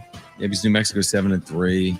I thought Hawaii you could dub as a trap game because they knew Boise was on the other side of that. Yeah, there's that. I'm just worried because San Jose State fired their defensive coordinator and their special teams coordinator and lost 55-10 last week to Nevada. I just feel like they're kind of due for some type of bounce back. It's a classic nothing to lose game for San Jose State. They can't make a bowl game. They're 3-7 overall. A little bit like Troy basketball coming in here last night. It's like they had nothing to lose. Absolutely nothing to lose. And they played that way. They played free and loose. Will San Jose State pull out all the trickeration? Will they go for it on 4th downs? Will they fake punts? They have nothing to lose. They're 3-7. I don't think it's a trap game. I don't. I think it's senior night here. Aztecs are undefeated at home. Yeah, it's like really good football at Snapdragon Stadium this year. I don't think it's a trap game. I hope you're right. I could make an argument that next weekend's a trap game because you're so close to hosting a Mountain West Conference title game. But if even you need then, it- it's like we need to go out and win this game to control. We Yeah. control our own destiny. I thought the trap game was Hawaii. yeah, maybe. Next question. Will Shedeur Sanders throw for 300 yards on Sunday against the Raiders? I thought the question would be, will This Shedeur season? Sanders throw 300 yards this season? Last 8 games. Or Come on, whatever. he's got first team reps this week. He's going to do that in the first half. Right. Yeah, I mean, he had 47 yards in his first game out. I mean, it's the Raiders. I don't think he's gonna. You know, it's gonna. It is. Look, if you want to make your season debut, your NFL starting debut, you couldn't pick probably a better team than the Las Vegas Raiders. And I feel like maybe that's why they're doing it. Well, they're also doing it because Dylan Gabriel has a concussion. Well, I mean, I guess they maybe had to do it, They had to, but just in general, it does fit well that it's the Raiders and not, I don't know, like at Philadelphia. You know what I mean? Or like just in a scenario Or where at you're Denver. setting up the player to completely fail. At Denver against one of the best defenses, if not the best defenses in the NFL. I mean, it will be interesting. Here's the thing: you make starts in the NFL, like you'll have a good start. Like if he's given the opportunity to, let's say, make 4 or 5 starts, he could have a good game. I mean, he's going to make 4 or 5 starts. So maybe against the. And what are people going to say if he's good? Are they going to say Josina Anderson was right? Probably. If he goes out there and throws for 309 and 3 touchdowns, leads the Browns to their 3rd win this weekend. I know one person that will be tweeting a lot will be Josina Anderson. That's for sure. She is going to make sure to tweet the hell out of this game. No matter what happens. She'll be like, look what he did with first team reps. I was right all along. Right. That's exactly right. Okay. What do Who you got? tweets it first, her or Dion? Dion doesn't really tweet. Oh, he will if he goes out and Might. balls on Sunday. I didn't even know like he had an account. I guess they're so active that I guess that makes sense that he's on social media. I hadn't even thought about it. Okay, on the other side, again, coming up at 5 p.m., Bernie Wilson will join us. We'll talk more about the passing of Randy Jones. Earlier, we talked about what would it be like if you were listening to San Diego State basketball at the same time as SDFC, because they both play on Monday. What would that sound like? We'll tell you on the other side here until 6 p.m. Stay with us. It's John and Jim.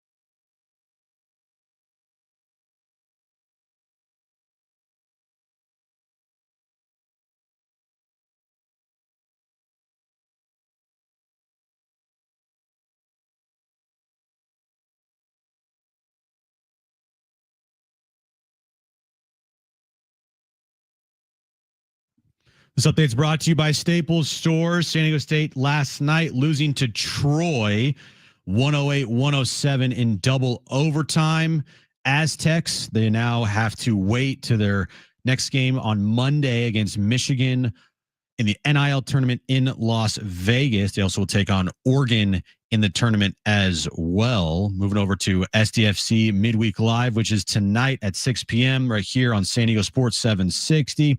And sad news today in San Diego's former Padres great Randy Jones passed away at the age of 75. Have an easy holiday only at Staples. Save on top tech and gaming gifts, plus shipping supplies and services to get your packages delivered safely.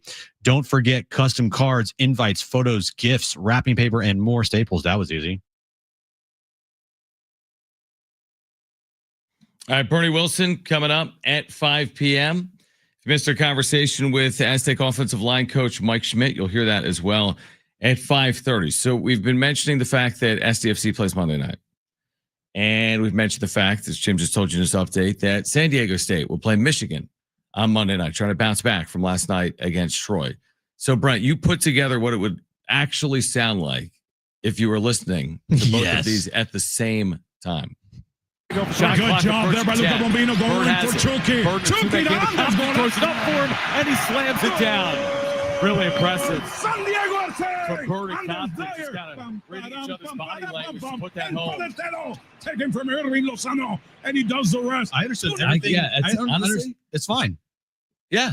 What's the problem? What is the problem? Why don't we air both of them? Now that I've heard that, why don't we just air them both on 760 at the same time? Let's do that. Hey, Mike, can we Commercials too. can we just air everything at the same time on top of each other? Like one out of the left car speaker and another out of the right card speaker Perfect. on Monday night. That won't be awful to listen to at all. What was what's the latest here on SDFC? We had a situation we talked about with Chucky where he was banged up, right? This past week. Yeah. And then there was the reporting on it was that Andres Dreyer was dealing with flu-like symptoms or sickness. Yeah, he's sick. Missed a couple of so not ideal. Now, with all that being said, they still have time. I mean, it's only Wednesday. They're still 5 days away from playing. So they still have time, I guess, to ramp up for this match. Is that concerning at all to you, what they've been dealing with here in the days leading up to this match? I mean, it's not ideal. It's one of those situations where you want everything to be perfect heading into your semifinal match, you know, where you're 3 wins away from a championship. But I mean, everyone's got to deal with something. We'll see what the availability of Chucky is on Monday. We'll see how Anders is feeling come Monday. I mean, it's bound to happen to you know teams where they have to overcome adversity, and San Diego FC is no different. I don't know in front of me, and again, Darren and Adrian are coming up at 6 p.m. I don't know exactly what they did against Minnesota this year, San Diego,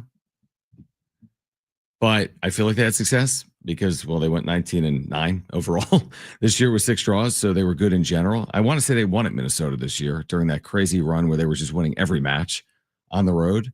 So I feel like they've had a level of success against Minnesota.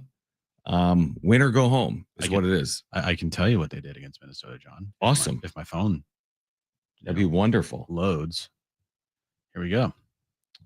Let's see here. All right, when did they play Minnesota? Okay, so you can't tell me, but No, I can't. I'm looking right now. Don't worry. I got this. Just give me a little time. All right. They won at Minnesota on June 14th, 4-2. okay. All right. Kind of remember that. Yeah. Then is that it? No, I feel like they played twice. Then they lost to Minnesota here. Oh, did they? 3-1. Oh, that's right. Darren mentioned that with us. Yes. Darren mentioned that with us in some, or it might have been on the air as well. Yeah. Okay, so they split with Minnesota this year, with each team winning on the opponent's home field. Right. And Minnesota has already won in this building once this year. So it's the classic. Well, we won at your place. They won at our place. Now it's the decisive third game between both teams, and we'll see what happens. Monday Something night. has to give. Something has to give, John. Something has to give. So there will be a winner and there will be a loser. Yeah, I don't even know. I'll be honest with you. Maybe someone like I don't know what they do in this round in terms of do they go straight to PKs or do they play extra time? I would assume they play extra time. Good question. Mike Usher, come in here and let me know. Do they play extra time? He's listening to this conversation. Extra time or not? This is going to be fascinating. Just yes or no? Do they extra time or no? Just to tell us. They go straight to penalties after 90 minutes? Okay. I don't like Interesting. it. Yeah, I don't love that. I don't love that format because I feel like it does incentivize the team that might be either upset-minded or on the road to do everything in their power to not, to basically pack it in, so to speak, right? But it's been hard to do against SDFC, though. Parking the bus. Park the bus. I'll park the bus. All right. Well, that's coming up again Monday night at 7 p.m. Excuse me. You can hear it right here. You can hear it on Jammin' 957. Jammin' 95.7. Yeah. Thank you. Our sister station. Bernie Wilson will join us coming up at 5 p.m. We've been talking again about the passing of Randy Jones. We've also been talking about the Aztecs last night against Troy. I'll tell you what, I have seen basically every Aztec game over the last 9 seasons. I've never seen a game like that. Win or lose, not like that, not in that manner, not home, not road, not anywhere. That doesn't remind me of the Final Four game against FAU. It doesn't remind me of games they played in the Maui Invitational. It was entirely unique to itself to play a game that had 215 points that went to double overtime, that had a shot from half court. I haven't seen it. I haven't. And now it's like, well, they didn't win it, unfortunately, and we'll see what it means on the other side. But it was a unicorn game. I haven't seen anything like it. We got more information. Oh, this round they start 2:15 minutes. Unbelievable. Well, start the show over. All right. So they don't go straight to penalty kicks. They have 2 15-minute extra sessions before penalty kicks. Okay. Start the show. Get back to 2 p.m. Yeah. Can we go until 8? Yeah. Now we have to go an extra 3 hours. Yeah. We'll just redo the first 2.5 hours of the show. We're such morons. Idiots. Gosh. Idiots, I tell you. We are those people. Lord. Morons. Yeah. So I haven't seen a game like we saw last night. Have you ever called a game like that before? No, I haven't. I mean, I figured once Bird hit that shot, they were going to win the game. So if we're to put together all of the games you've called in your entire professional career, right? Baseball leads the way, correct? You've called more baseball games than anything, right? Yeah, I probably called like 1,500 minor league baseball games. What have you called? 1,400 too many. Yeah, well, there you go. What have you called more of? Football or basketball? Okay. So yeah, I've probably called. I mean, I did some random spots. What was your first basketball game you ever called? Longwood University in Farmville, Virginia. That's right. You're Mr. Longwood. I'd never called a basketball game in my life, and they hired me to do their Division I games. Their first year, they went 1-30. That's right. I remember I had that conversation with you. They lost to number 1 Illinois in Champaign. Darren Williams, Luther Head, D. Williams.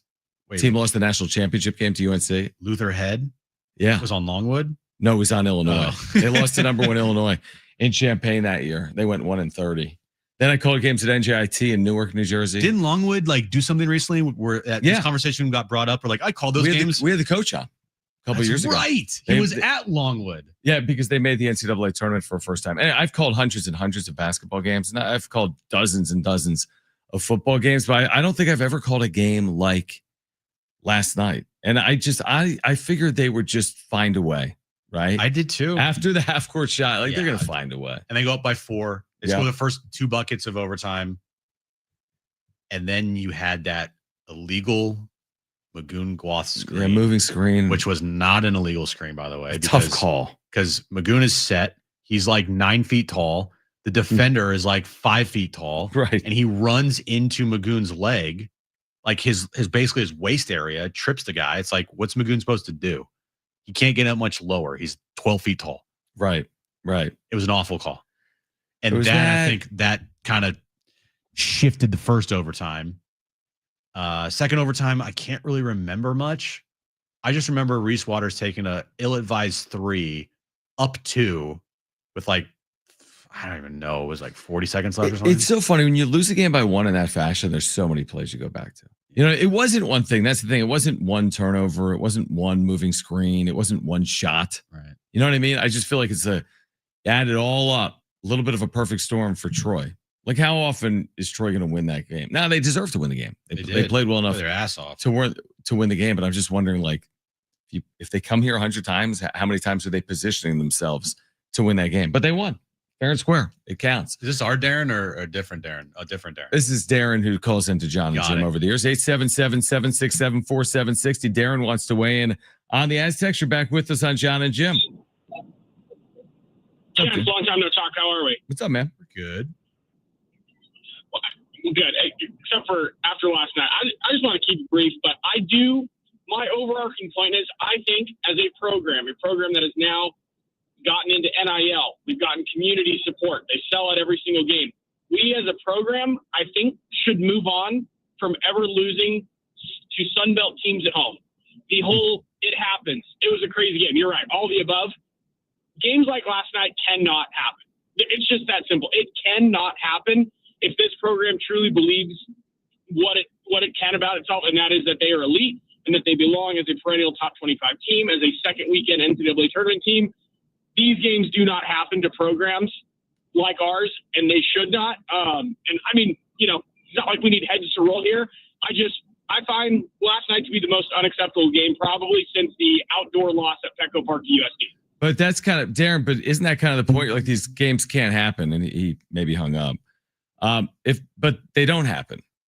I mean, Brian Dutcher has been here 9 years, and they have like the fewest quad 3 losses since that was put in as a tool. It doesn't happen, but it's still sports. I mean, teams are it happens.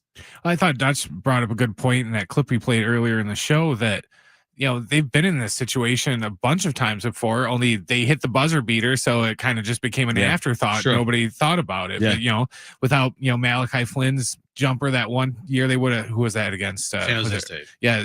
They would have lost that game. Micah Parrish against UC Irvine. I mean, there's a number of Jaden examples. Ledee against UCSD. Yeah, 100%. There's examples. It's a really good point. I mean, the idea that it cannot happen, I get it, but like the other team wants to win too. Like, so it's hard to say like it cannot happen ever because it's sports and things do happen. At least they didn't lose to Hawaii Pacific. Yeah, exactly. It's a good point, like Boise did. All right, more on the other side. Bernie Wilson joining us at 5 p.m. Mike Schmidt, San Diego State's O-line coach. If you missed our conversation, you'll hear that coming up at 5:30. This is John and Jim, San Diego Sports 760, live on the iHeartRadio app.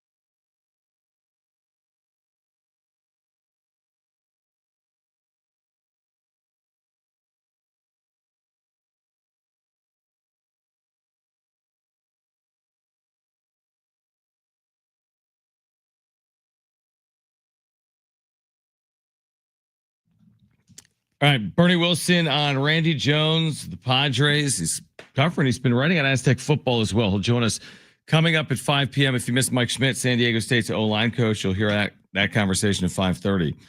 Is it at all discouraging to you that with free agency underway in baseball and with everything that's playing out here locally in San Diego, ownership in flux, you have a team like Pittsburgh, the Pirates, linked to more free agents and more spend than the San Diego Padres? They were linked to Josh Naylor before he got the $92 million.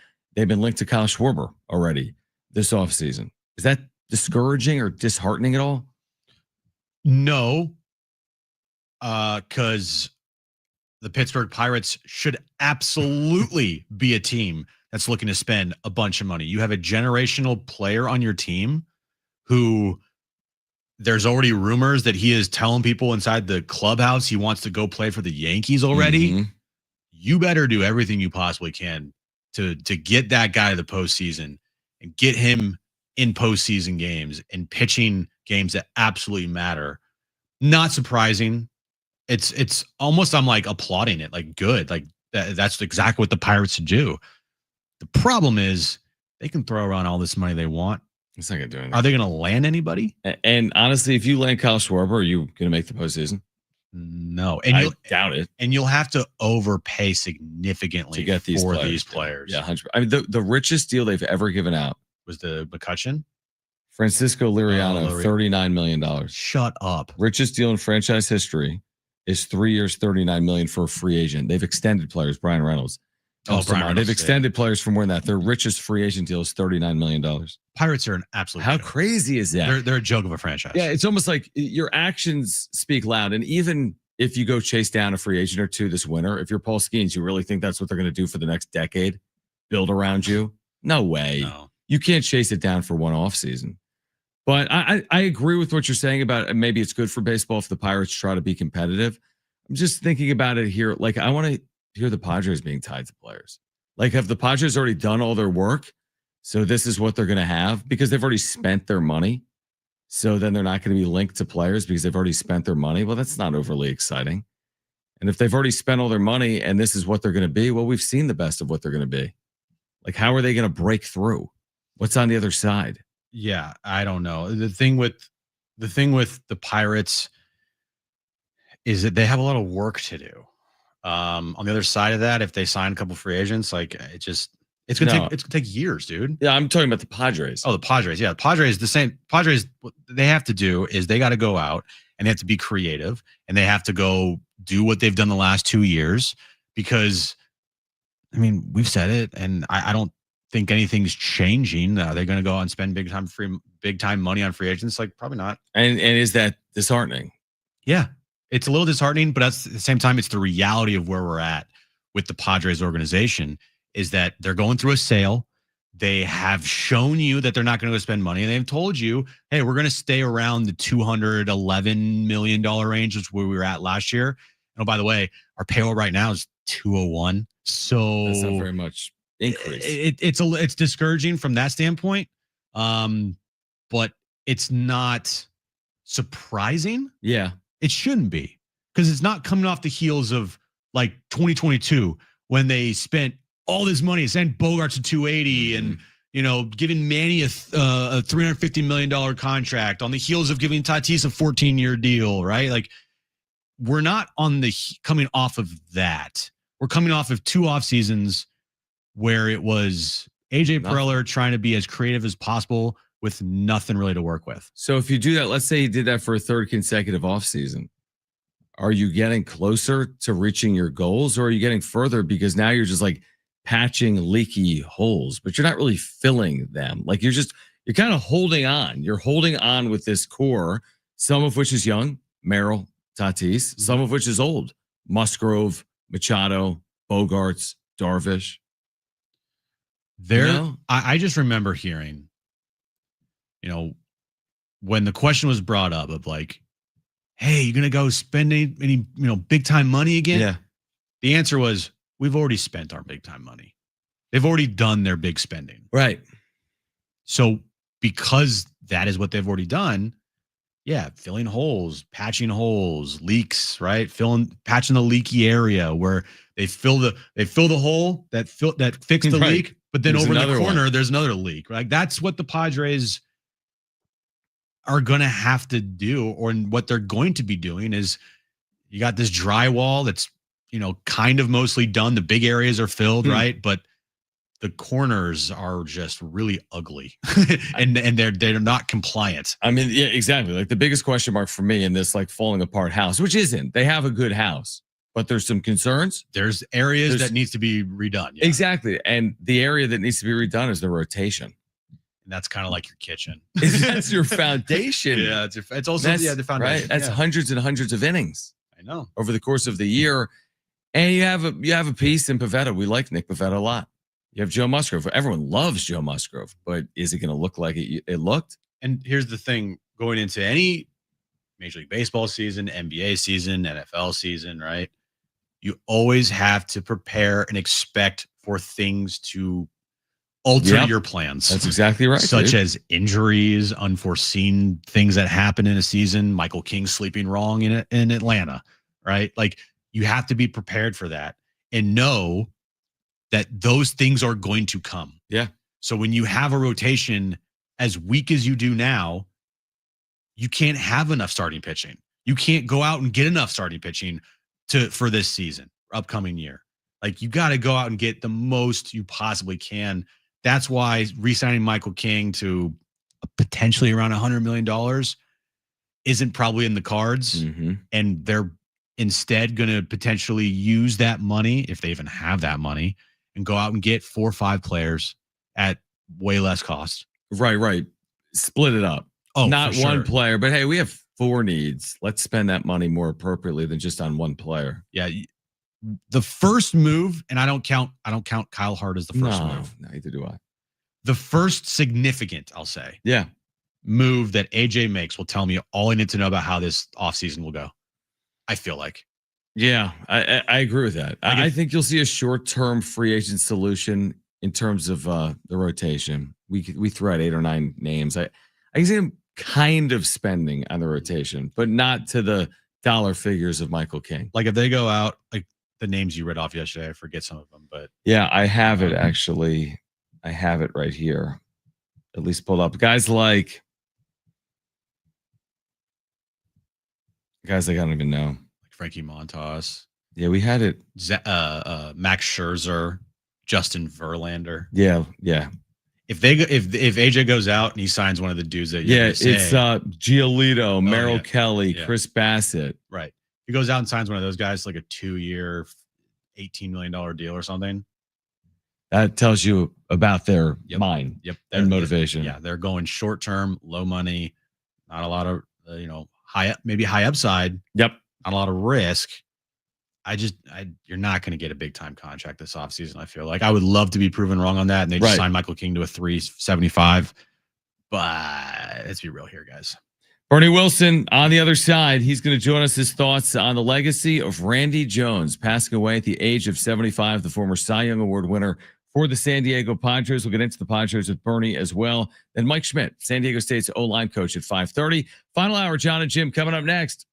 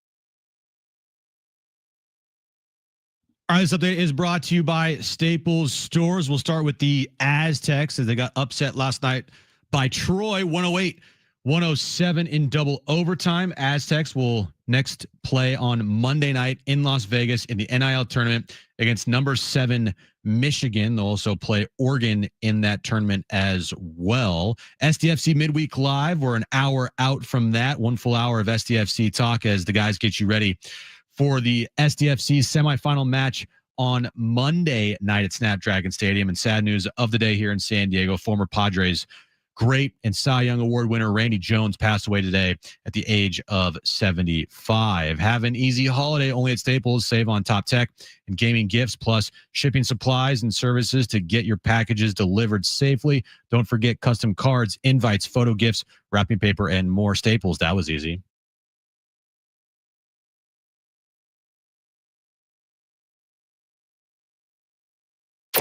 Getting you all set for that drive home.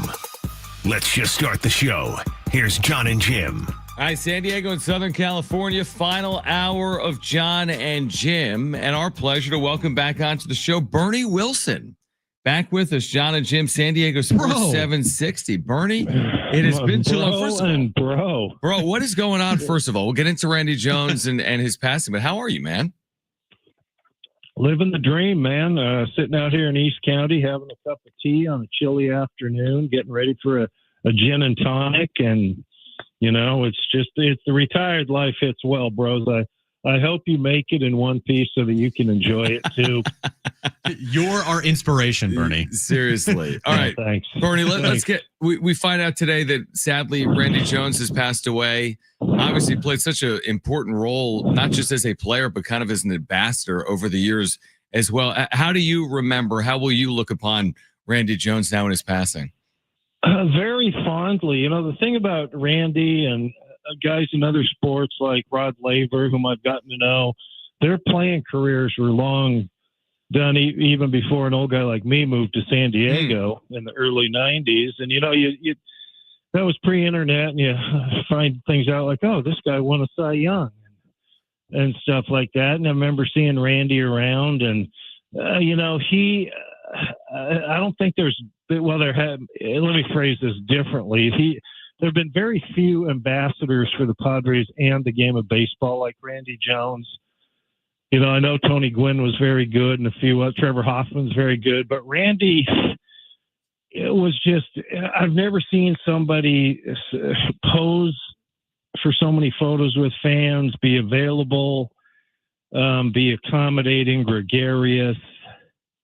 I mean, he was just a perfect guy for the job. And, you know, he loved it. He loved being around people, loved talking, just, you know, whatever. And it's incredibly sad that he's passed. I know the last time I saw him, he was making fewer and fewer appearances at the stadium, and he looked pretty frail the last time. But, I mean, God, he just seemed to have boundless energy and enthusiasm and was always positive. And like I said, always had time for the fans. So it really is incredibly sad. And I'll just remember him as a dude hanging around the ballpark more so than, you know, winning the Cy Young Award, because that was so long ago. Although that was legendary in its own right, as far as him pitching fast games and things like that. As you know, Bernie, athletes can put on a face when they're talking to media, and then behind closed doors, they're a completely different person. Some might say a lot of people are unauthentic in the athlete world. I feel like Randy was as authentic as it gets. You would talk to him, you know, off the record, or talk to him just BSing in the press box, and he was just as genuine as could be. Would you agree with that?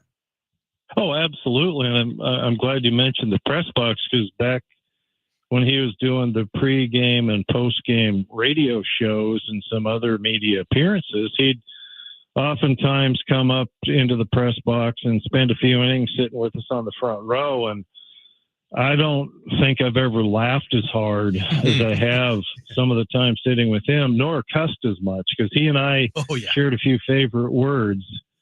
And we like to drop them because, you know, the press box, we can do that thing because we're not around sensitive ears. And the stress of deadline and whatnot. But no, we had some great times up there. And then, whenever we passed each other at the ballpark, we had our little phrases for each other that we'd drop. Hey, hey, you blah, blah, blah, blank, Oh, yeah. blank. It was good bro fun.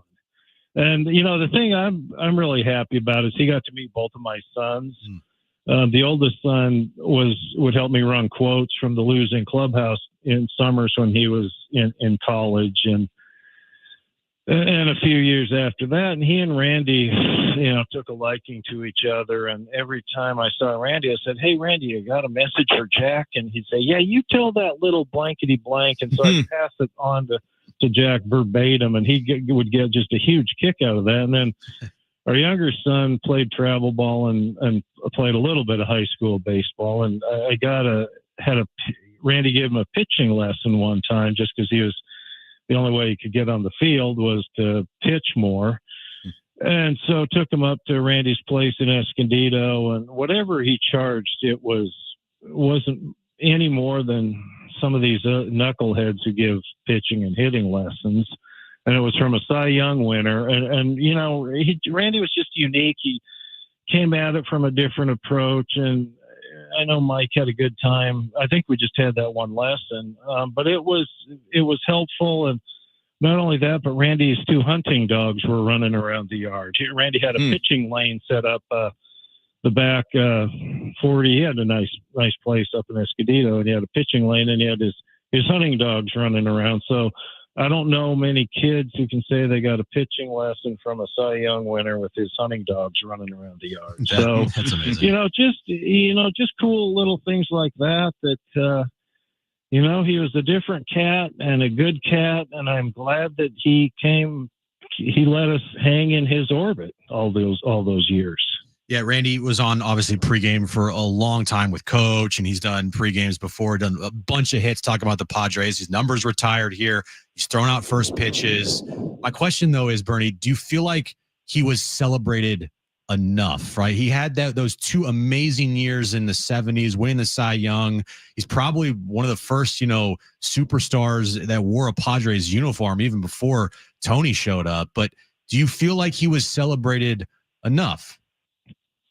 I think he was. I mean, 76, that was, that's the year I graduated from high school, 49 years ago. Oh, boy. Been a while. Yeah, no kidding.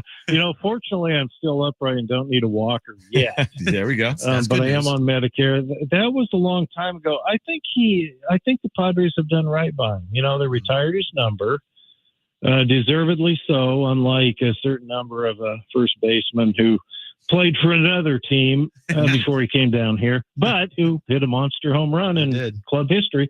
I think they have, with the retired number, spot in the Team Hall of Fame, the fact that he is around the ballpark so much.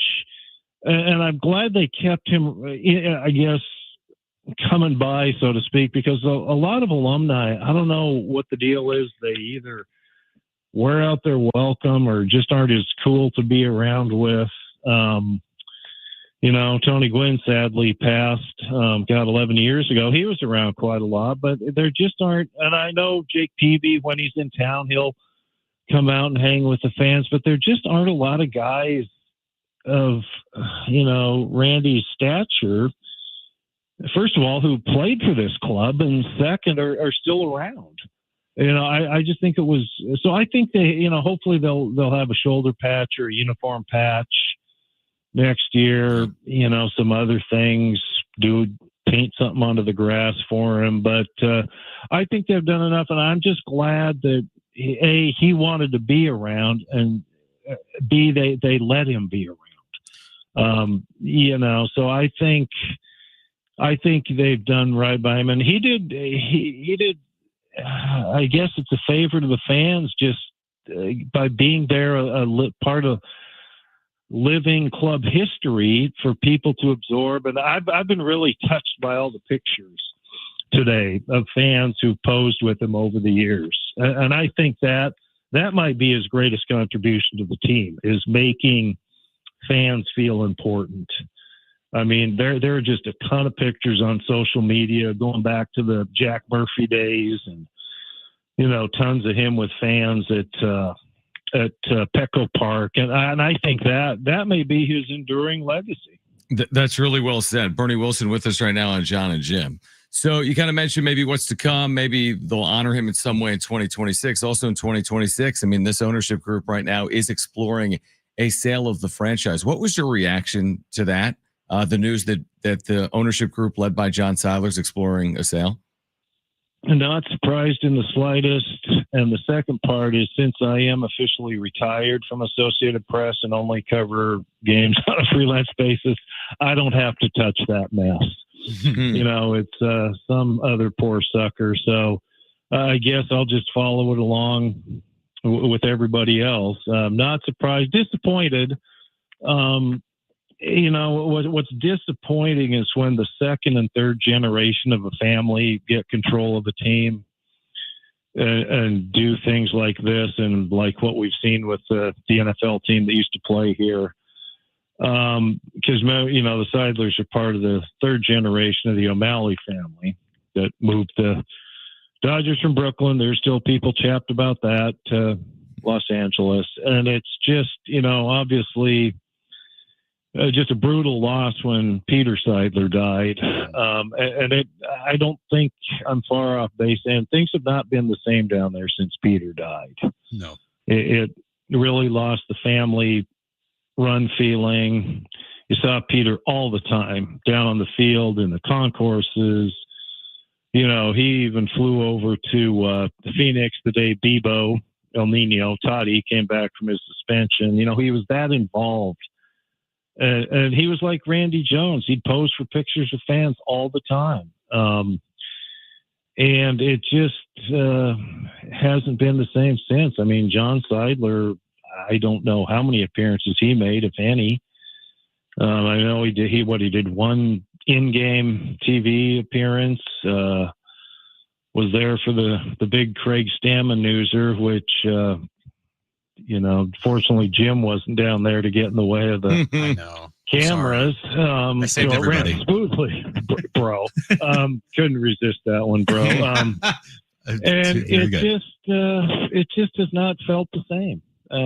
So maybe it's better that they sell, and the $1 million or the $2 billion question and now is, God, will they get somebody in here who's actually going to treat it with some loving care and want to compete and want to win like Peter did and want to spend money and spend it wisely. If they get a good owner, then perfect. Move on and, try to slay the dragon to the north, because they're not going anywhere. But man, if they get a bad owner, and we've seen some bad owners, when you have no hair on your head like me, it means you've been around for a while. And, I could talk all the rest of the evening about some bad ownership groups I've seen. So that's the important thing, is whose hands the Padres get into, and if they're going to be good stewards or bad stewards. And to your point, Bernie, that's the $2 billion question that goes beyond that, because that's the most important question that needs to be answered by the Padres and, of course, for the fan base. I mean, are you going to get the right owner, and how trusting are we that John Seidler finds the right owner for the Padres moving forward? Bernie, we appreciate you doing it, my friend. Thanks for a few minutes on Randy Jones, on the Padres. Hope you're doing well. You bet, and thoughts and prayers for your Aztecs, man. That must have been brutal going from that buzzer beater to working with Jim today. I know, yeah, it was tough. It was tough transition for John. He had to work with Jim, who accurately called the crushing defeat before it happened. But, right, exactly. Of course he did. I saw the future. Yeah, of course he did. Thanks, Bernie. You did. So, all right, guys, always good talking to you. Great catching up with Bernie Wilson. All right, we can react on the other side. Plus, should the NBA mandate what Stephen A. Smith is suggesting? Should they mandate what Stephen A. Smith is suggesting? We'll explain next. Mike Schmidt, San Diego State's offensive line coach, at 5:30. This is John and Jim.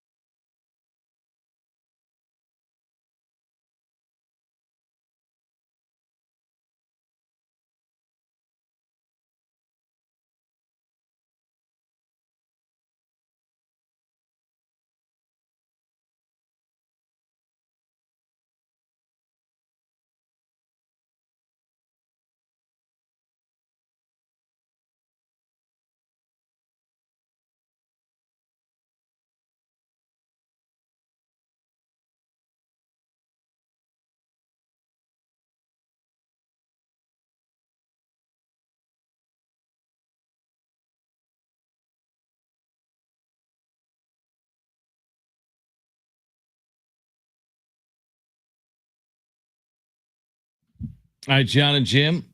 San Diego Sports 760. If you missed Mike Schmidt, San Diego State's O-line coach, you'll hear our conversation coming up at 5:30. All right, Stephen A. Smith, you know the name? It sounds familiar. He suggests today.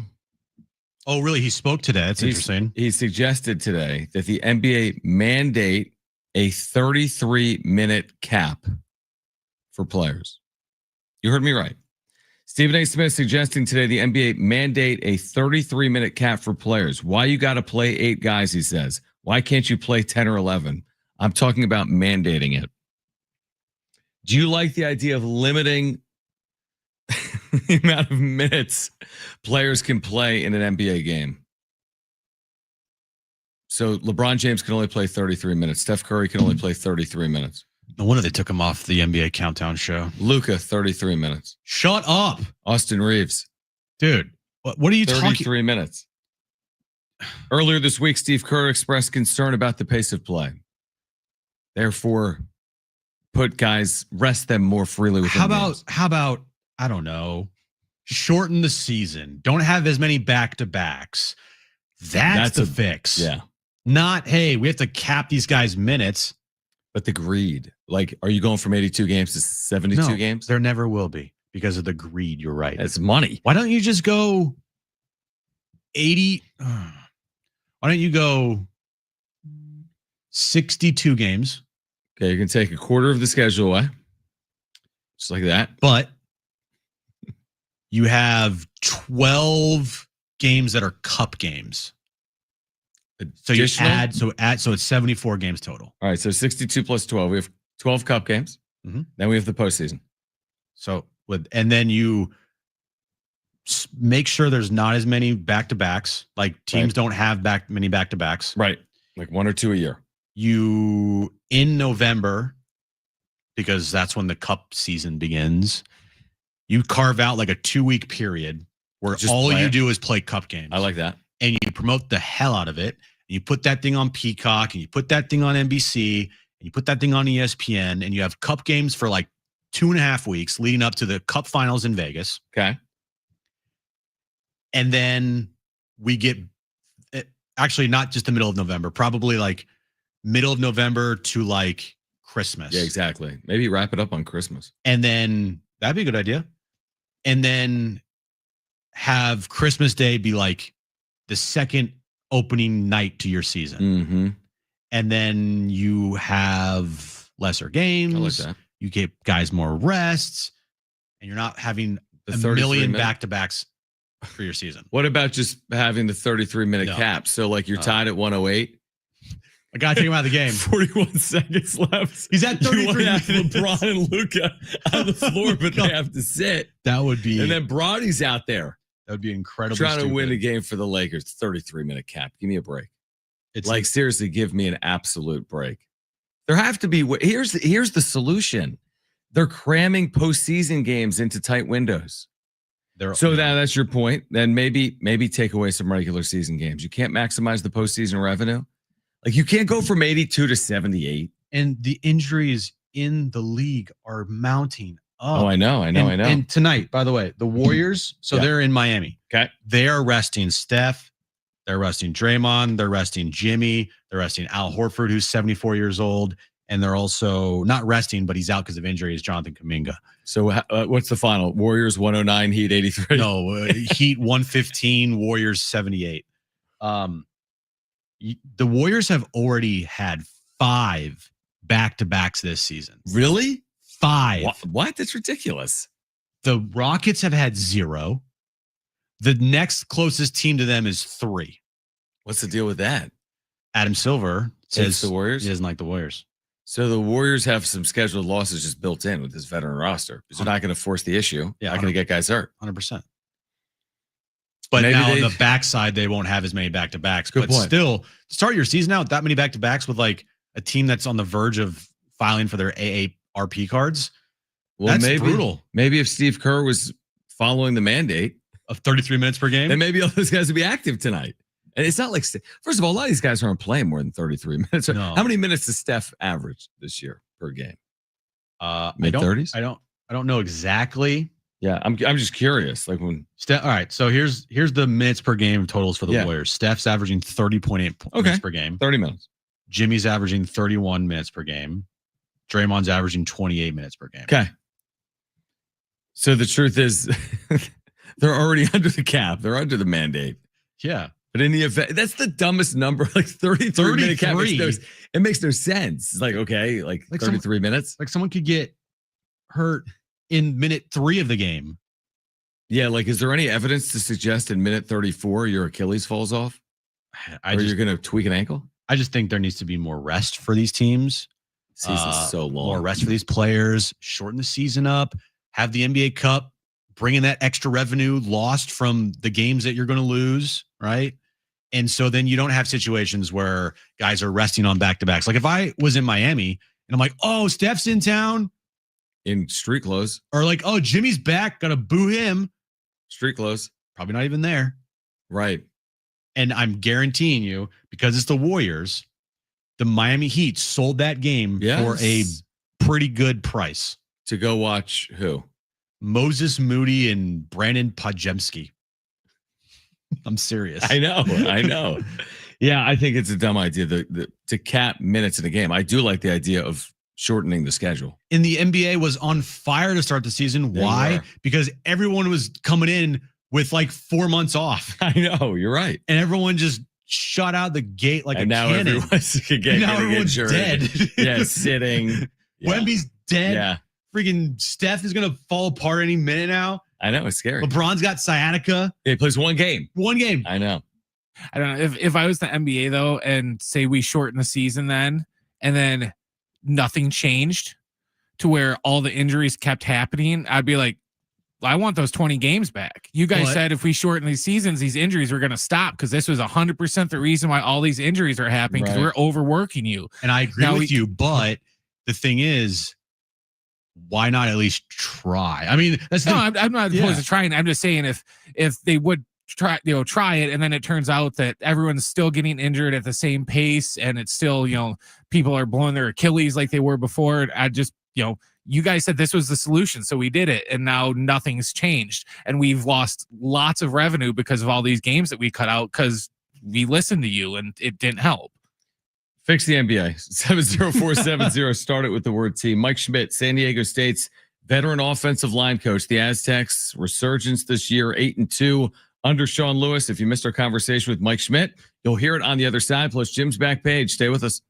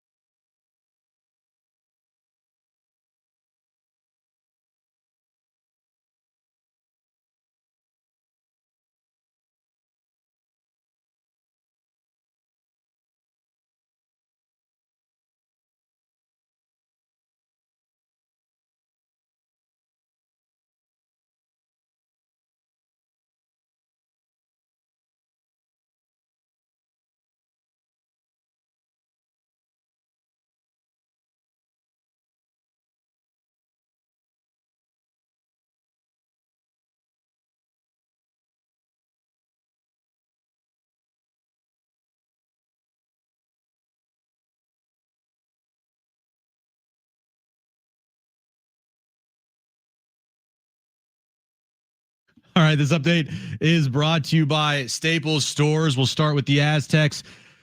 Losing last night to Troy at home. Not a good game for the Aztecs. Next up, they'll take on Michigan on Monday night in Las Vegas for the NIL tournament. We're about 30 minutes away from SDFC Midweek Live with the guys getting you ready for the semifinal match here at Snapdragon Stadium between SDFC and Minnesota. Sad news of the day here in San Diego is former Padres great Randy Jones and passed away today at the age of 75.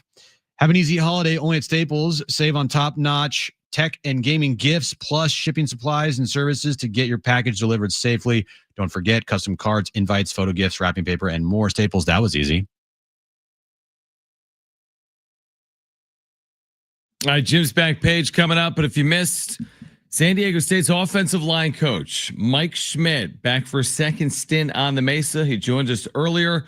We started the conversation by asking Coach Schmidt about the biggest difference between last year and this year with the Aztecs. Yeah, thanks for having me on, John. I appreciate you guys' support of the Aztec football program and all that, and kind of looking at the whole thing holistically. You know, when I got back 2 years ago and kind of seeing where that roster was, you know, there was a little carryover from my first stint with some of the players I had previously recruited. I think we did a good job in retaining the ones we needed to that we felt could help us win games in this conference and had the physical traits we were looking for and all that. We did a good job retaining those guys, and then just the additions we made in the room. You know, we got since the time I got here in February. You know, there's a lot of backups that have been brought in that time, and then there's three key contributors that we've hit on. And Joe Borjon, the starting right tackle, we hit on Bio Kaniki out of Utah Tech, and then I had a previous relationship with the left guard there, Kalen Ellis, from my time at Syracuse, and really getting the right pieces in the room.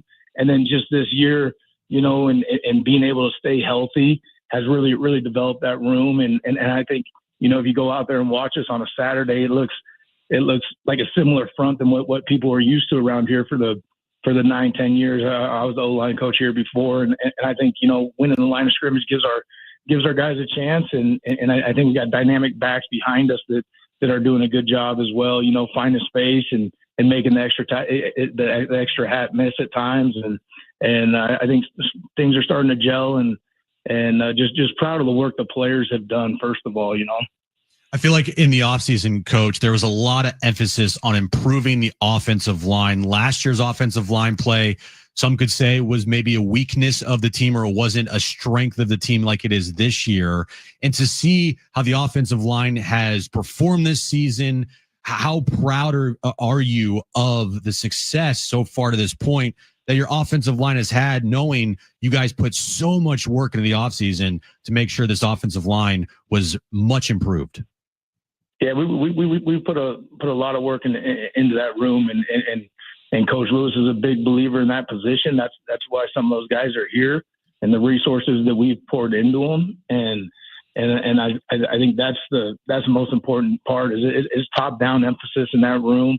Those guys have stayed healthy this year, and you know, it's something we always talk about. Like we've had some ups, you know, mostly ups this year, and a few downs. Like we didn't play up to standard over there on the island a couple of weeks back, and I think these guys are responding to challenges, and I think there's good pride in that room. You know, when I came back, I brought back a bunch of old players and guys who went on and played at the next level, and those groups were relevant on the West Coast, and I think that's one thing I've kind of been fighting with these guys is hey man, like people got to turn on our tape and you want to be relevant in this game, and in order to be relevant, you got to be able to sustain it through a season. And that's what we're battling right now. Like we're going to have a stretch here, the next two, hopefully, you know, in the conference championship game as well, to show that we are relevant. And I think the guys have bought into that, and they're fighting to be the best group in this league.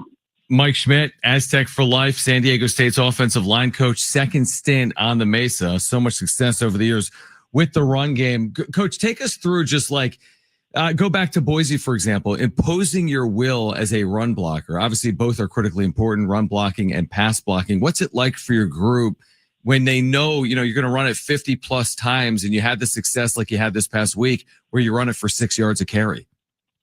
Yeah, I think the guys kind of knew it going in what the conditions were going to be. The first couple drives, and I think you got to it's just like making a putt at times, man. You got to see that first one go in, right? And then that third drive out, we popped that run for about 40, and it started giving us confidence. And then really from there on out, we identified what they were doing on defense because it was different. They were playing in different conditions, and certain personnel groupings were really good. Others where we got sputtered to drive before were not as good. So we learned a little bit those first couple drives out how they were going to play us. The guys got confidence in how they were playing us in certain sets, and we allowed them to keep their feet underneath them, drive knees, and have the success that we had the other night. Because that's a big physical front that we went up against who usually can hold a team at bay running the football. They were so one dimensional. And our guys took the challenge and kept battling that whole night. And it was good to see the backs get loose. And the backs did a great job just bouncing off tackles and playing that grimy game as well, So getting to San Jose State this weekend, they have a new defensive coordinator. What are some challenges that you might face this Sunday, knowing that there's a new defensive coordinator on the other side of the ball? Or is it mostly about just what you guys do up front? I think that's the most thing. And when you get this late in the year, you got a lot of analytics and stuff that you've been diving into from a run game perspective where whether it's us being able to fit it up, the running backs, their comfort level in the certain track that they're running. So we have to rely on our successes, what we do well, and the reps that have accumulated over the year. Because really playing defense into certain formations, there's only so many ways a defense is going to line up. Right. Now there's certain pressures, certain movements and stuff like that. But as long as you protect those runs with different outs on the perimeter and you rep all the stuff they've been doing through the year, they might have a movement, they might have a line stunt that you got to work throughout the course of the game. But that's no different every week. Every defense is going to have a little something different for you each week, and you got to be able to solve the problem on the sideline as well. So that'll be part of the challenge. They're still 9 games into this thing too. So how much can they change in a 5-6 day work week as well? So probably structurally not different, but there will be some tweaks and adjustments that we're going to have to make come Saturday night. Mike Schmidt with us right now, Aztec for Life, San Diego State's offensive line coach. So you've had a senior night. You've coached in many a senior night, whether it be at San Diego State or elsewhere. Saturday night against San Jose State, you have it coming up. What goes into that? Like making sure that, you have your emotions in check. You celebrate this group that has led to all of the success, but you make sure you take care of the task at hand as well. Yeah, no doubt. And I told the guys the day after practice, we've had a lot of really good offensive lines around here during my time. And the ones that I still communicate with and the ones that are still the tightest together are the ones who had the most special year, right? So, there's nothing better than we're in a championship race right now. We put ourselves in this position. We got to attack this thing the right way. Obviously, honor the seniors that have put so much time and effort. You got Ross, who's going on really his 6th year here. You got Christian Jones, same thing. And we got to honor those guys the right way. But at the same time, know that, man, you're going to remember this season the rest of your life if we finish this thing out the right way, and I think that's the message to those guys. And we are in a championship race where the last couple of years here, we have not had that opportunity, and we're back in the saddle, and we got to finish this thing out the wrong way to make this senior year, the senior night, the most special season they've ever had competing playing football. Obviously, job's not finished yet, but just speak on what Sean Lewis has done here and how he's taken this program from just 3 wins last year to where you guys are now, have your sights set on a Mountain West Conference championship. Yeah, I think if you're in the office with him daily, it wouldn't surprise you the way he works, and not just the football side of things and the operation of, the organization that we have here as a staff and the players have, the routine we can get in just to let us focus on the job at hand. But just the way he works at everything, he's across campus trying to get student engagement. He's active everywhere. He's really built up an NIL collective here, where there wasn't much when we first got here, and he's busted his tail there to find the right supporters and the guys who are committed to this program. And so there's the way he works, and he's always the first one in here, man, and last one out of here. So there was no surprise that he was going to get it turned around, and I'm just fired up that he gave me an opportunity to come back home and get to know him and work with him and show him I can get the job done for him. I want to finish on that point. For you getting back home, I mean, what has this experience? You kind of you've had a unique coaching career, because it's not every day that a coach spends as much time at one place and then has a chance to return to that place. So what has this experience been like for you the last couple of years?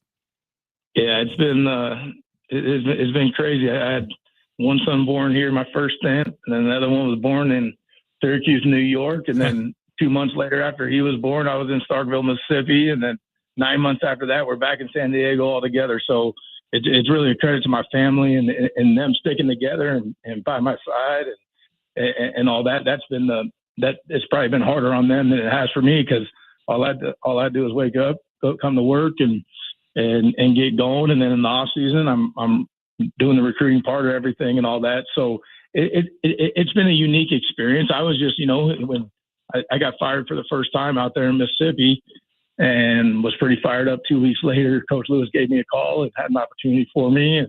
And there's no place I'd rather be than back home. And the reason I left the first time was really for personal growth and being at the same spot, and felt a little stagnant with the coaching change from going from Rocky to Brady and all that, and just wanted to go out there and see what was out there. And I'm so thankful for those years, because I had to get out of my comfort zone, right? And that's how I coach offensive linemen. I don't ever want them to be comfortable. And I felt like the first thing I got a little comfortable there toward the end and wanted to go grow. And I think that's exactly what I did over those 3 years in different environments. Well, you can go home again, as you have proven here over the last couple of years, working with this group at San Diego State. Mike Schmidt, again, Aztecs offensive line coach and Aztec for life. Senior night for the 8-2 Aztecs. Coach Schmidt, appreciate it. Best of luck in your preparation. We'll see you this weekend, all right? Yes, sir. Thank you, guys. All right, on the other side, Jim's back page, SDFC Midweek Live. Adrian Garcia Marquez, Darren Smith. That'll come up at 6 p.m. tonight as SDFC gets ready for the Western Conference semifinals. This is John and Jim, San Diego Sports 760, live on the iHeartRadio app.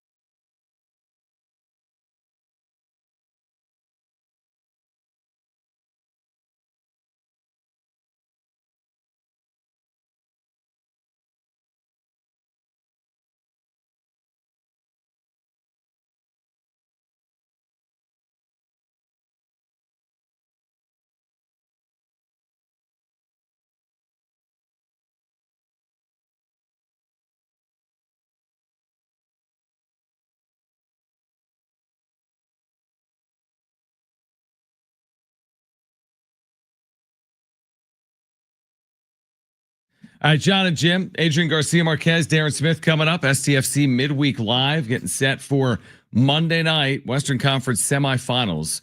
That's coming up Monday night for SDFC at Snapdragon Stadium at 7 p.m. And we do have Sean Lewis tomorrow night, 6 p.m. Sean Lewis. Oh. So a lot of shows. A lot of shows. John and Jim.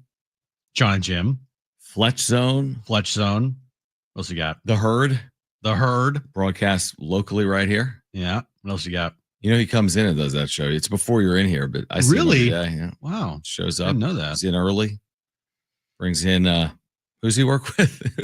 Who does he work with? Jason McIntyre. Yeah, he comes in. That's why there's always food in the kitchen. They're the guys that bring it by. There's fruit in the kitchen right now. Did anyone notice that? There is? Yeah. I haven't got up, I think, all day long. You haven't. I think I've just stuck right here, which is not a good thing. I need to get up. Yeah, there's room temperature fruit from 8 hours ago. Yeah, good. I had some actually a minute ago. Actually, I had something for you before you start the back page. Oh, I need to stretch a little bit. I feel like I screen grabbed it. Oh. No, maybe I didn't. All right, let's get to it. My knees crack? I did. I'm an old man. You're so old. You should hear my ankles crack. It's like potato chips.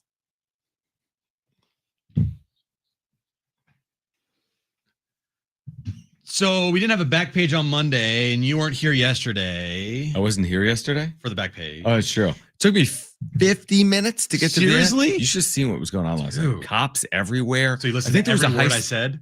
No, I was watching a YouTube video. But the entire time. Son of a... That is hilarious. No, I watched, I think, the San Jose State press conference with Ken Niumatalolo. You're like, no, I wouldn't be caught dead listening to this station. No, because let me guess what the 5 p.m. hour included. Did he replay both interviews? Hell yeah. You know it. Did you replay the back page? No, I didn't replay the back page. I had like 2 segments in there where I just let it rip. All right, so yeah, I wasn't listening to the back page yesterday. No, I know you weren't, obviously. I wasn't. You're like, I don't listen to the station when I'm not on the station. I mean, I don't know. I don't want to be painted with that brush. You know, it's not. Come on, tell our listeners the truth. No, can I make a point? I'm gonna make a point for everyone here. Hey, you're the one making it, so I'm not. I got HD radio. It's a problem. Because the problem is we're not on it. It's down. No, I got the app. Breaking news. I have the app. 3 months called. It's been 3 months down. ago called. It's been down. Are we gonna get that fixed? Let me answer that for you. It's on the list. Stay tuned. You know the answer to that. It's a resounding Hey, no. man, our HD ratings are down. I wonder why. HD ratings. You guys are pulling a 0 in the HD ratings card. Yeah. All right, what do you have? Did we play the open? No. Yeah, we We did. I'm sorry. We had. Dude, We went on like a long. I don't know. Like Jim is traditionally checked out, and I'm very checked out. but right now he's like fully checked out, and I'm full. you are full checked out. If you know, you know. So I didn't mention Crumble Cookie on Monday, John. The Crumble Cookies of the week. Oh, great. Why don't you do it on Wednesday then? Hey, it's still going till for the rest of the week here. Okay. Cookies and cream tres leches cake, a banana pudding. Okay. We like banana pudding. We do. Yeah. Petco Park banana pudding. Yeah, very good. A peanut butter cup skillet cookie featuring Reese's. Really good. Dude. Yeah. Double fudge brownie cookie. Dude. Very good. A blueberry pancake cookie. Okay. Intriguing. Iced oatmeal cookie. Iced oatmeal. That sounds good. And then the old reliable milk chocolate chip. All of them sound good. Seriously. All of them. So go pick those up for us. Pick those up for us Friday. The one thing that Crumble Cookie does do is they have a lot of like cakes and puddings. It's like, I want a cookie. Right. Yeah. Right. Dip your cookie in pudding. That is a cookie and pudding. Yeah. Okay. There we go. Mm-hmm. Brent sent me this earlier today. An episode of the 1990s sitcom Friends is the inspiration behind this new Kraft Heinz company first ever squeezable bottle of their home style turkey gravy. Heinz debuts leftover gravy condiment bottle. I don't know. Inspired by Friends, the Moist Maker sandwich. I don't know if I want a bottle of Heinz and it says leftover on it. Anything leftover to me means it's already been used or that it's already been eaten halfway.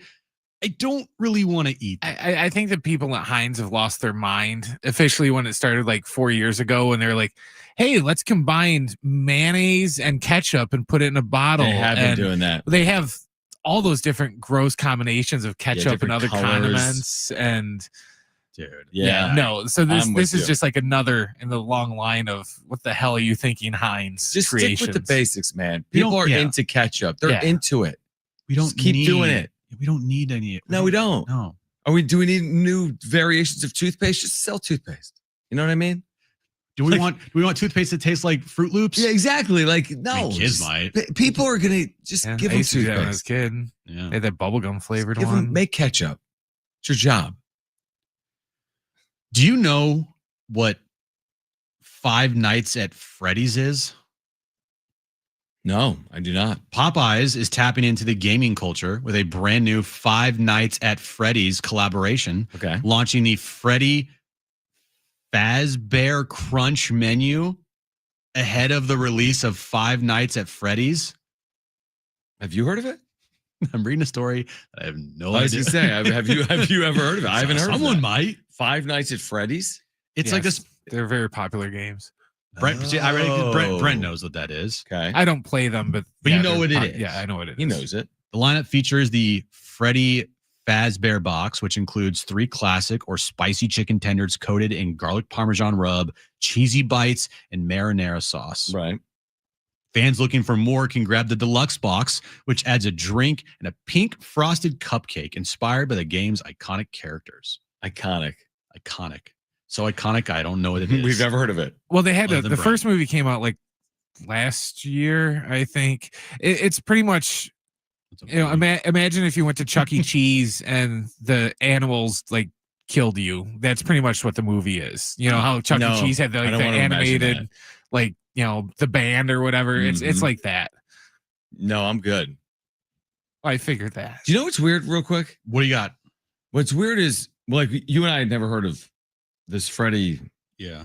Whatever. Also, I never heard of K-pop Demon Hunters. Yeah, I sprung that on you, dude. It told me that. I know you're like out of touch now. It's like all I listen to is the Golden Song. It's the most beautiful song I've ever heard in my life. Is it? Kids love it. Kids love it. Kids are enamored. It's like, how is this person singing this note? It's crazy. Well, here's my point, though. Isn't it weird that we can live in this digital world and be completely unaware of a lot of things, of a lot of things, and even very popular things that resonate, like with different age groups or communities, or you know what I mean? Like, we could spend our entire lives talking San Diego sports, and someone in Albuquerque has never, ever, ever heard of who we are. Correct. Or even in San Diego, truthfully. Right? Right. Like, I just find that very fascinating that you can like do something. The internet, the world. Yeah. It's a large place. Wait, what are you saying? Like the internet's like big? the internet, like the actual platform. I finished the internet. You did? Yeah, yesterday. Last night I finished reading it. I feel like the internet's kind of like unfinishable. It's like the universe. It's just like it's like ongoing and never stops. A good point. Honestly, a good point. How much more information is put on the internet every second with published information and sports and right now. There's like websites on websites on websites. I mean, around the world. Yeah. Like, what are we talking? I mean, it's ridiculous to consider it. Yeah. Like you said, it's kind of like, I don't know, solar system. It just goes on and goes on and goes on and goes on. It's like never ending. What are we talking about? I have no clue. I have no idea. Basically, we know nothing. That's what we're getting to. That's the conclusion I've come up with. Well, we're going to know a lot more about SDFC's upcoming match Monday night, Western Conference semifinals. Adrian Garcia Marquez, Darren Smith, 1 full hour getting you ready for Monday night at Snapdragon Stadium. If you missed anything tonight, sportssd.com, iHeartRadio app, iTunes, TuneIn Radio, or Spotify. You can leave a review if you're listening to us via podcast. For Brent and Jim, I'm John. SDFC Midweek Live coming up next on San Diego Sports 760. Okay. Bye-bye.